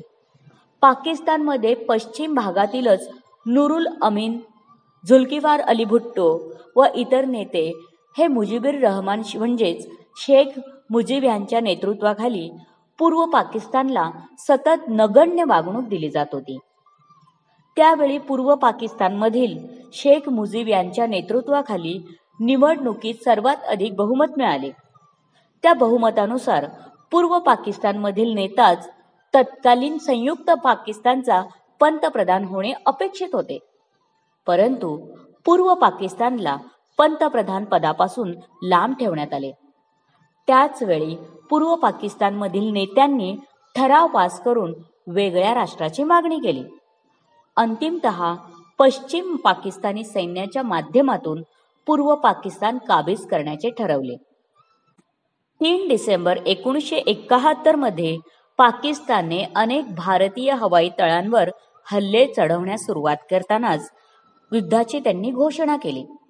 प्रत्युत्तरादाखल इंदिराजींनी बांगलादेशला स्वतंत्र ओळख निर्माण करून देतानाच गुरिल्ला सेना मुक्तीवाहिनीद्वारे पाकिस्तानी आक्रमण परतवून लावले. 16 डिसेंबर रोजी जनरल नियाझी यांनी 93,000 पाकिस्तानी सैनिकांसह हतियार खाली टाकले. इंदिरा गांधी यांनी संसदेला संबोधित करताना म्हटले होते की ढाका अब एक स्वतंत्र राष्ट्र की स्वतंत्र राजधानी है. युद्धात हार झाल्यावर जुल्फिकार अली भुट्टो पाकचे नवीन राष्ट्रपती झाले. त्यांनी भारतासमोर शांतीचा प्रस्ताव सादर केला. पंतप्रधान इंदिराजी गांधी यांनी तो शांती प्रस्ताव स्वीकारला आणि दोन्ही देशात शिमला समझोता झाला. पाकिस्तानबरोबर युद्ध व नंतर समझोता झाल्यावर पंतप्रधान इंदिराजी गांधी यांनी आपले लक्ष भारताच्या विकासाच्या दिशेने केंद्रित केले आणि अनेक सुधारणाभिमुख निर्णय घेतले. त्यामध्ये 1972 मध्ये विमा व कोळसा उद्योगांचे राष्ट्रीयकरण केले. तसेच भूसुधार, समाज कल्याण आणि अर्थसंकल्प ह्या सर्वांमध्येच इंदिरा गांधी यांनी सुधारणा लागू केल्या. तर रसिक हो, आता आपण रशिया भारत अनोखी घटना हे प्रकरण ऐकणार आहोत. भारत आणि सोव्हिएत रशिया यांचे घनिष्ठ संबंध होते. त्यावेळच्या पंतप्रधान इंदिराजी गांधी या रशियाला भेट देण्यासाठी मॉस्कोच्या विमानतळावर 8 जुलै 1976 रोजी उतरल्या. आंतरराष्ट्रीय राजकारणात एक पद्धत आहे. त्या प्रोटोकॉलप्रमाणे जर प्राईम मिनिस्टर त्या देशाला भेट देण्यासाठी गेले तर त्या देशाचा प्राईम मिनिस्टर किंवा त्या दर्जाचा पदाधिकारी प्राईम मिनिस्टर यांचे स्वागत करण्यासाठी उपस्थित असतात. इंदिरा गांधी यांच्या स्वागताला त्या दर्जाची व्यक्ती रशियन गव्हर्नमेंटने पाठवली नाही. त्यावेळी रशियात भारतीय अँबॅसेडर होते इंदर कुमार गुजराल. रशियन अधिकाऱ्यांनी इंदिरा गांधी यांचे स्वागत केले. त्यावेळी प्रोटोकॉलप्रमाणे प्राईम मिनिस्टर यांच्या राहण्याची सोय क्रेमलिन जे मॉस्को रशियातील राजवाडा येथे केली जाते. इंदिरा गांधी यांनी इंदर कुमार गुजराल यांना सांगितले की क्रेमलिन राजवाड्याला गाडी घेऊ नका, त्याऐवजी अँबॅसेडरच्या घरी गाडी घ्या. अँबॅसी हे भारतीय अँबॅसेडर व भारतीय कर्मचारी यांचे राहण्याचे ठिकाण असते. शनिवारी अँबॅसीमध्ये पोहोचल्यावर इंदिरा गांधी तयार होऊन तेथील लहान मुलांबरोबर लंगडी व गोट्या खेळत बसल्या. क्रेमलिनला रशियन प्राईम मिनिस्टर व इतर महत्त्वपूर्ण राज्यकर्ते इंदिरा गांधी यांची वाट पाहत होते. कालांतराने रशियन प्राईम मिनिस्टर यांना असे समजले की इंदिरा गांधी या डायरेक्ट भारतीय अँबॅसीमध्ये गेल्या. त्यानंतर रशियन प्राईम मिनिस्टर यांना त्यांची चूक लक्षात आली आणि ते अँबॅसीमध्ये प्राईम मिनिस्टर इंदिरा गांधी यांना भेटण्यास गेले. त्या ठिकाणी गेल्यावर प्राईम मिनिस्टर यांची दिलगिरी व्यक्त केली. त्यावर इंदिरा गांधी म्हणाल्या, माझी व्यक्तिगत दिलगिरी व्यक्त करण्याची गरज नाही, पण 100 कोटी जनतेचे प्रतिनिधित्व करणाऱ्या भारताच्या जनतेचा तो अपमान आहे. अशा प्रकारे इंदिरा गांधी यांचे असाधारण असे व्यक्तिमत्व होते. धन्यवाद. नमस्कार, मी अंजना लगस कोल्हापूरहून श्री यशराज पारखी लिखित इंदिरा नीती या ई साहित्य प्रतिष्ठानतर्फे ऑडिओ स्वरूपात प्रकाशित पुस्तकातील देशाकरिता 20 सूत्री कार्यक्रम याचे अभिवाचन करत आहे. देशासमोरील समस्यांना गरिबी व चौफेर विकासासाठी देशाला 20 सूत्री कार्यक्रम देणाऱ्या सक्षम नेत्या म्हणजे इंदिरा गांधी. तर हे 20 सूत्री कार्यक्रम पुढील प्रमाणे. सूत्र 1, गरिबी हटाव. यामध्ये राष्ट्रीय ग्रामीण रोजगार हमी योजनेखाली रोजगार निर्मिती, स्वर्ण जयंती ग्रामीण स्वयंरोजगार योजना, पंचायतसह भागीदारीमध्ये ग्रामीण व्यवसाय केंद्र, बचत गट, स्वर्ण जयंती शहरी स्वयंरोजगार योजना. सूत्र 2, मनुष्यबळ. यामध्ये स्थानिक स्वायत्त सरकारी कार्यक्रमांचे निरीक्षण निधीचे बजेट, कामगारांचे कार्य, जलद आणि परवडणारे न्यायपालिका, न्यायिक आणि न्यायमूर्ती पंचायत, जिल्हा नियोजन समिती. सूत्र 3 शेतकरी मित्र, पाणी बचत व कोरडवाहू शेती, शेतकऱ्यांना माल विक्री आणि अनुरूप पद्धत, कृषी क्षेत्रासाठी सिंचन सुविधा, शेती कर्ज, भूमिहीनांसाठी जमिनीचे वाटप. सूत्र 4 कामगार कल्याण, यामध्ये शेती व असंघटित कामगारांसाठी सामाजिक सुरक्षितता, किमान वेतन अंमलबजावणी, बालकामगार प्रतिबंध, महिला कामगार कल्याण. सूत्र 5 खाद्य सुरक्षा, यामध्ये अन्न सुरक्षा, लक्षित सार्वजनिक वितरण व्यवस्था, अंत्योदय अन्न योजना, अन्नधान्याचा तुटवडा असणाऱ्या या ठिकाणी धान्य कोठारांची उभारणी. सूत्र 6 प्रत्येकासाठी घर, यामध्ये ग्रामीण गृहनिर्माण इंदिरा आवास योजना, शहरी भागात आर्थिकदृष्ट्या दुर्बल घटक, अल्प उत्पन्न घटकासाठी गृह उभारणी. सूत्र क्रमांक 7 शुद्ध पिण्याचे पाणी, यामध्ये स्वजलधारा, ग्रामीण क्षेत्रात पिण्यायोग्य पाणी पुरवठा, शहरी भागातील पिण्यायोग्य पाणी पुरवठा योजना. सूत्र 8 सार्वजनिक आरोग्य, यामध्ये गंभीर आजारांवर नियंत्रण आणि प्रतिबंध, HIV एड्स, क्षयरोग, मलेरिया, कुष्ठरोग, आंधळेपण, राष्ट्रीय ग्रामीण आरोग्य मिशन, नवजात शिशूंचे लसीकरण, ग्रामीण शहरी क्षेत्रातील स्वच्छता कार्यक्रम, सत्रीय वितरण, स्त्री भ्रूण हत्या रोखणे, माता आणि नवजात शिशूंसाठी सकस आहार, हम दो हमारे दो. सूत्र 9 सर्वांसाठी शिक्षण, सर्व शिक्षा अभियान, मध्यान्ह भोजन योजना, अनिवार्य प्राथमिक शिक्षण. सूत्र 10 अनुसूचित जाती, अनुसूचित जमाती, अल्पसंख्याक आणि इतर मागासवर्गीय कल्याण, यामध्ये अनुसूचित जाती कुटुंबासाठी संपूर्ण सहाय्य, स्वच्छता कामगारांचे पुनर्वसन, अनुसूचित जमाती कुटुंबासाठी संपूर्ण सहाय्य, आदिवासीचा अधिकार, लहान वन उत्पादनाचे मालक, आदिम आदिवासी गट, पंचायत राज अंमलबजावणी कायदा, अल्पसंख्याक समाजाचे कल्याण, सर्व अल्पसंख्याक समुदायांसाठी व्यावसायिक शिक्षण, शिक्षण रोजगारामध्ये इतर मागासवर्गीयांसाठी आरक्षण. सूत्र 11 महिला विकास, यामध्ये महिला कल्याणासाठी आर्थिक सहाय्य, पंचायत, नगरपालिका, राज्य विधिमंडळ, संसदेतील स्त्रियांचा वाढणारा सहभाग. सूत्र 12 बालकल्याण, यामध्ये एकात्मिक बाल विकास योजना, सक्रिय अंगणवाडी. सूत्र 13 युवक विकास, ग्रामीण आणि शहरी भागातील प्रत्येक जणांसाठी खेळ, राष्ट्रीय सद्भावना योजना, राष्ट्रीय सेवा योजना. सूत्र 14 लोकसंख्या सुधारणा, शहरी गरीब कुटुंबाची संख्या, घरगुती पाणी, स्वच्छता, आरोग्य, शिक्षण आणि जमिनीच्या भाडेपट्टीवर सामाजिक सुरक्षा, म्हणजेच 7 विषयांवरील परिवहनायोग्य खर्च. सूत्र 15 पर्यावरण संरक्षण आणि वनसंवर्धन, यामध्ये वृक्षारोपण, सार्वजनिक आणि वन जमिनींवर वृक्षारोपण अंतर्गत व्यापलेले क्षेत्र, सार्वजनिक जमीन आणि वन जमिनीवर लागवड केलेल्या रोपांची संख्या, नद्या आणि जलाशयांचे प्रदूषण रोखणे, ग्रामीण आणि शहरी भागामध्ये घन आणि जलकचरा व्यवस्थापन, शहरी क्षेत्र. सूत्र 16 सामाजिक सुरक्षितता, यामध्ये विकलांग आणि अनाथ मुलांचे पुनर्वसन, वृद्धांचे कल्याण. सूत्र 17 ग्रामीण रस्ता, यामध्ये ग्रामीण रस्ते, प्रधानमंत्री ग्रामीण सडक योजना.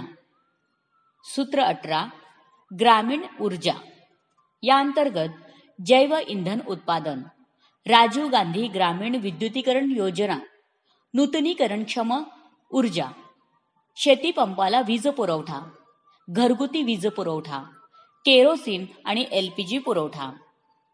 सूत्र 19, मागास क्षेत्रांचा विकास, मागासवर्गीय निधी. सूत्र 20, ई गव्हर्नन्स. यामध्ये केंद्रीय आणि राज्य सरकार, भारत सरकारच्या मार्गदर्शनाखाली पंचायत आणि नगरपालिकामधील तरतुदींचा विचार 20 सूत्री कार्यक्रमामध्ये करण्यात येत आहे. जलद आणि परवडणारे न्यायालय आणि न्यायपंचायत, असंघटित कामगारांना सामाजिक सुरक्षा. आज देखील कोणत्याही सत्तेमधील पंतप्रधानांना हा 20 सूत्री कार्यक्रम दिशादर्शक ठरतो. धन्यवाद.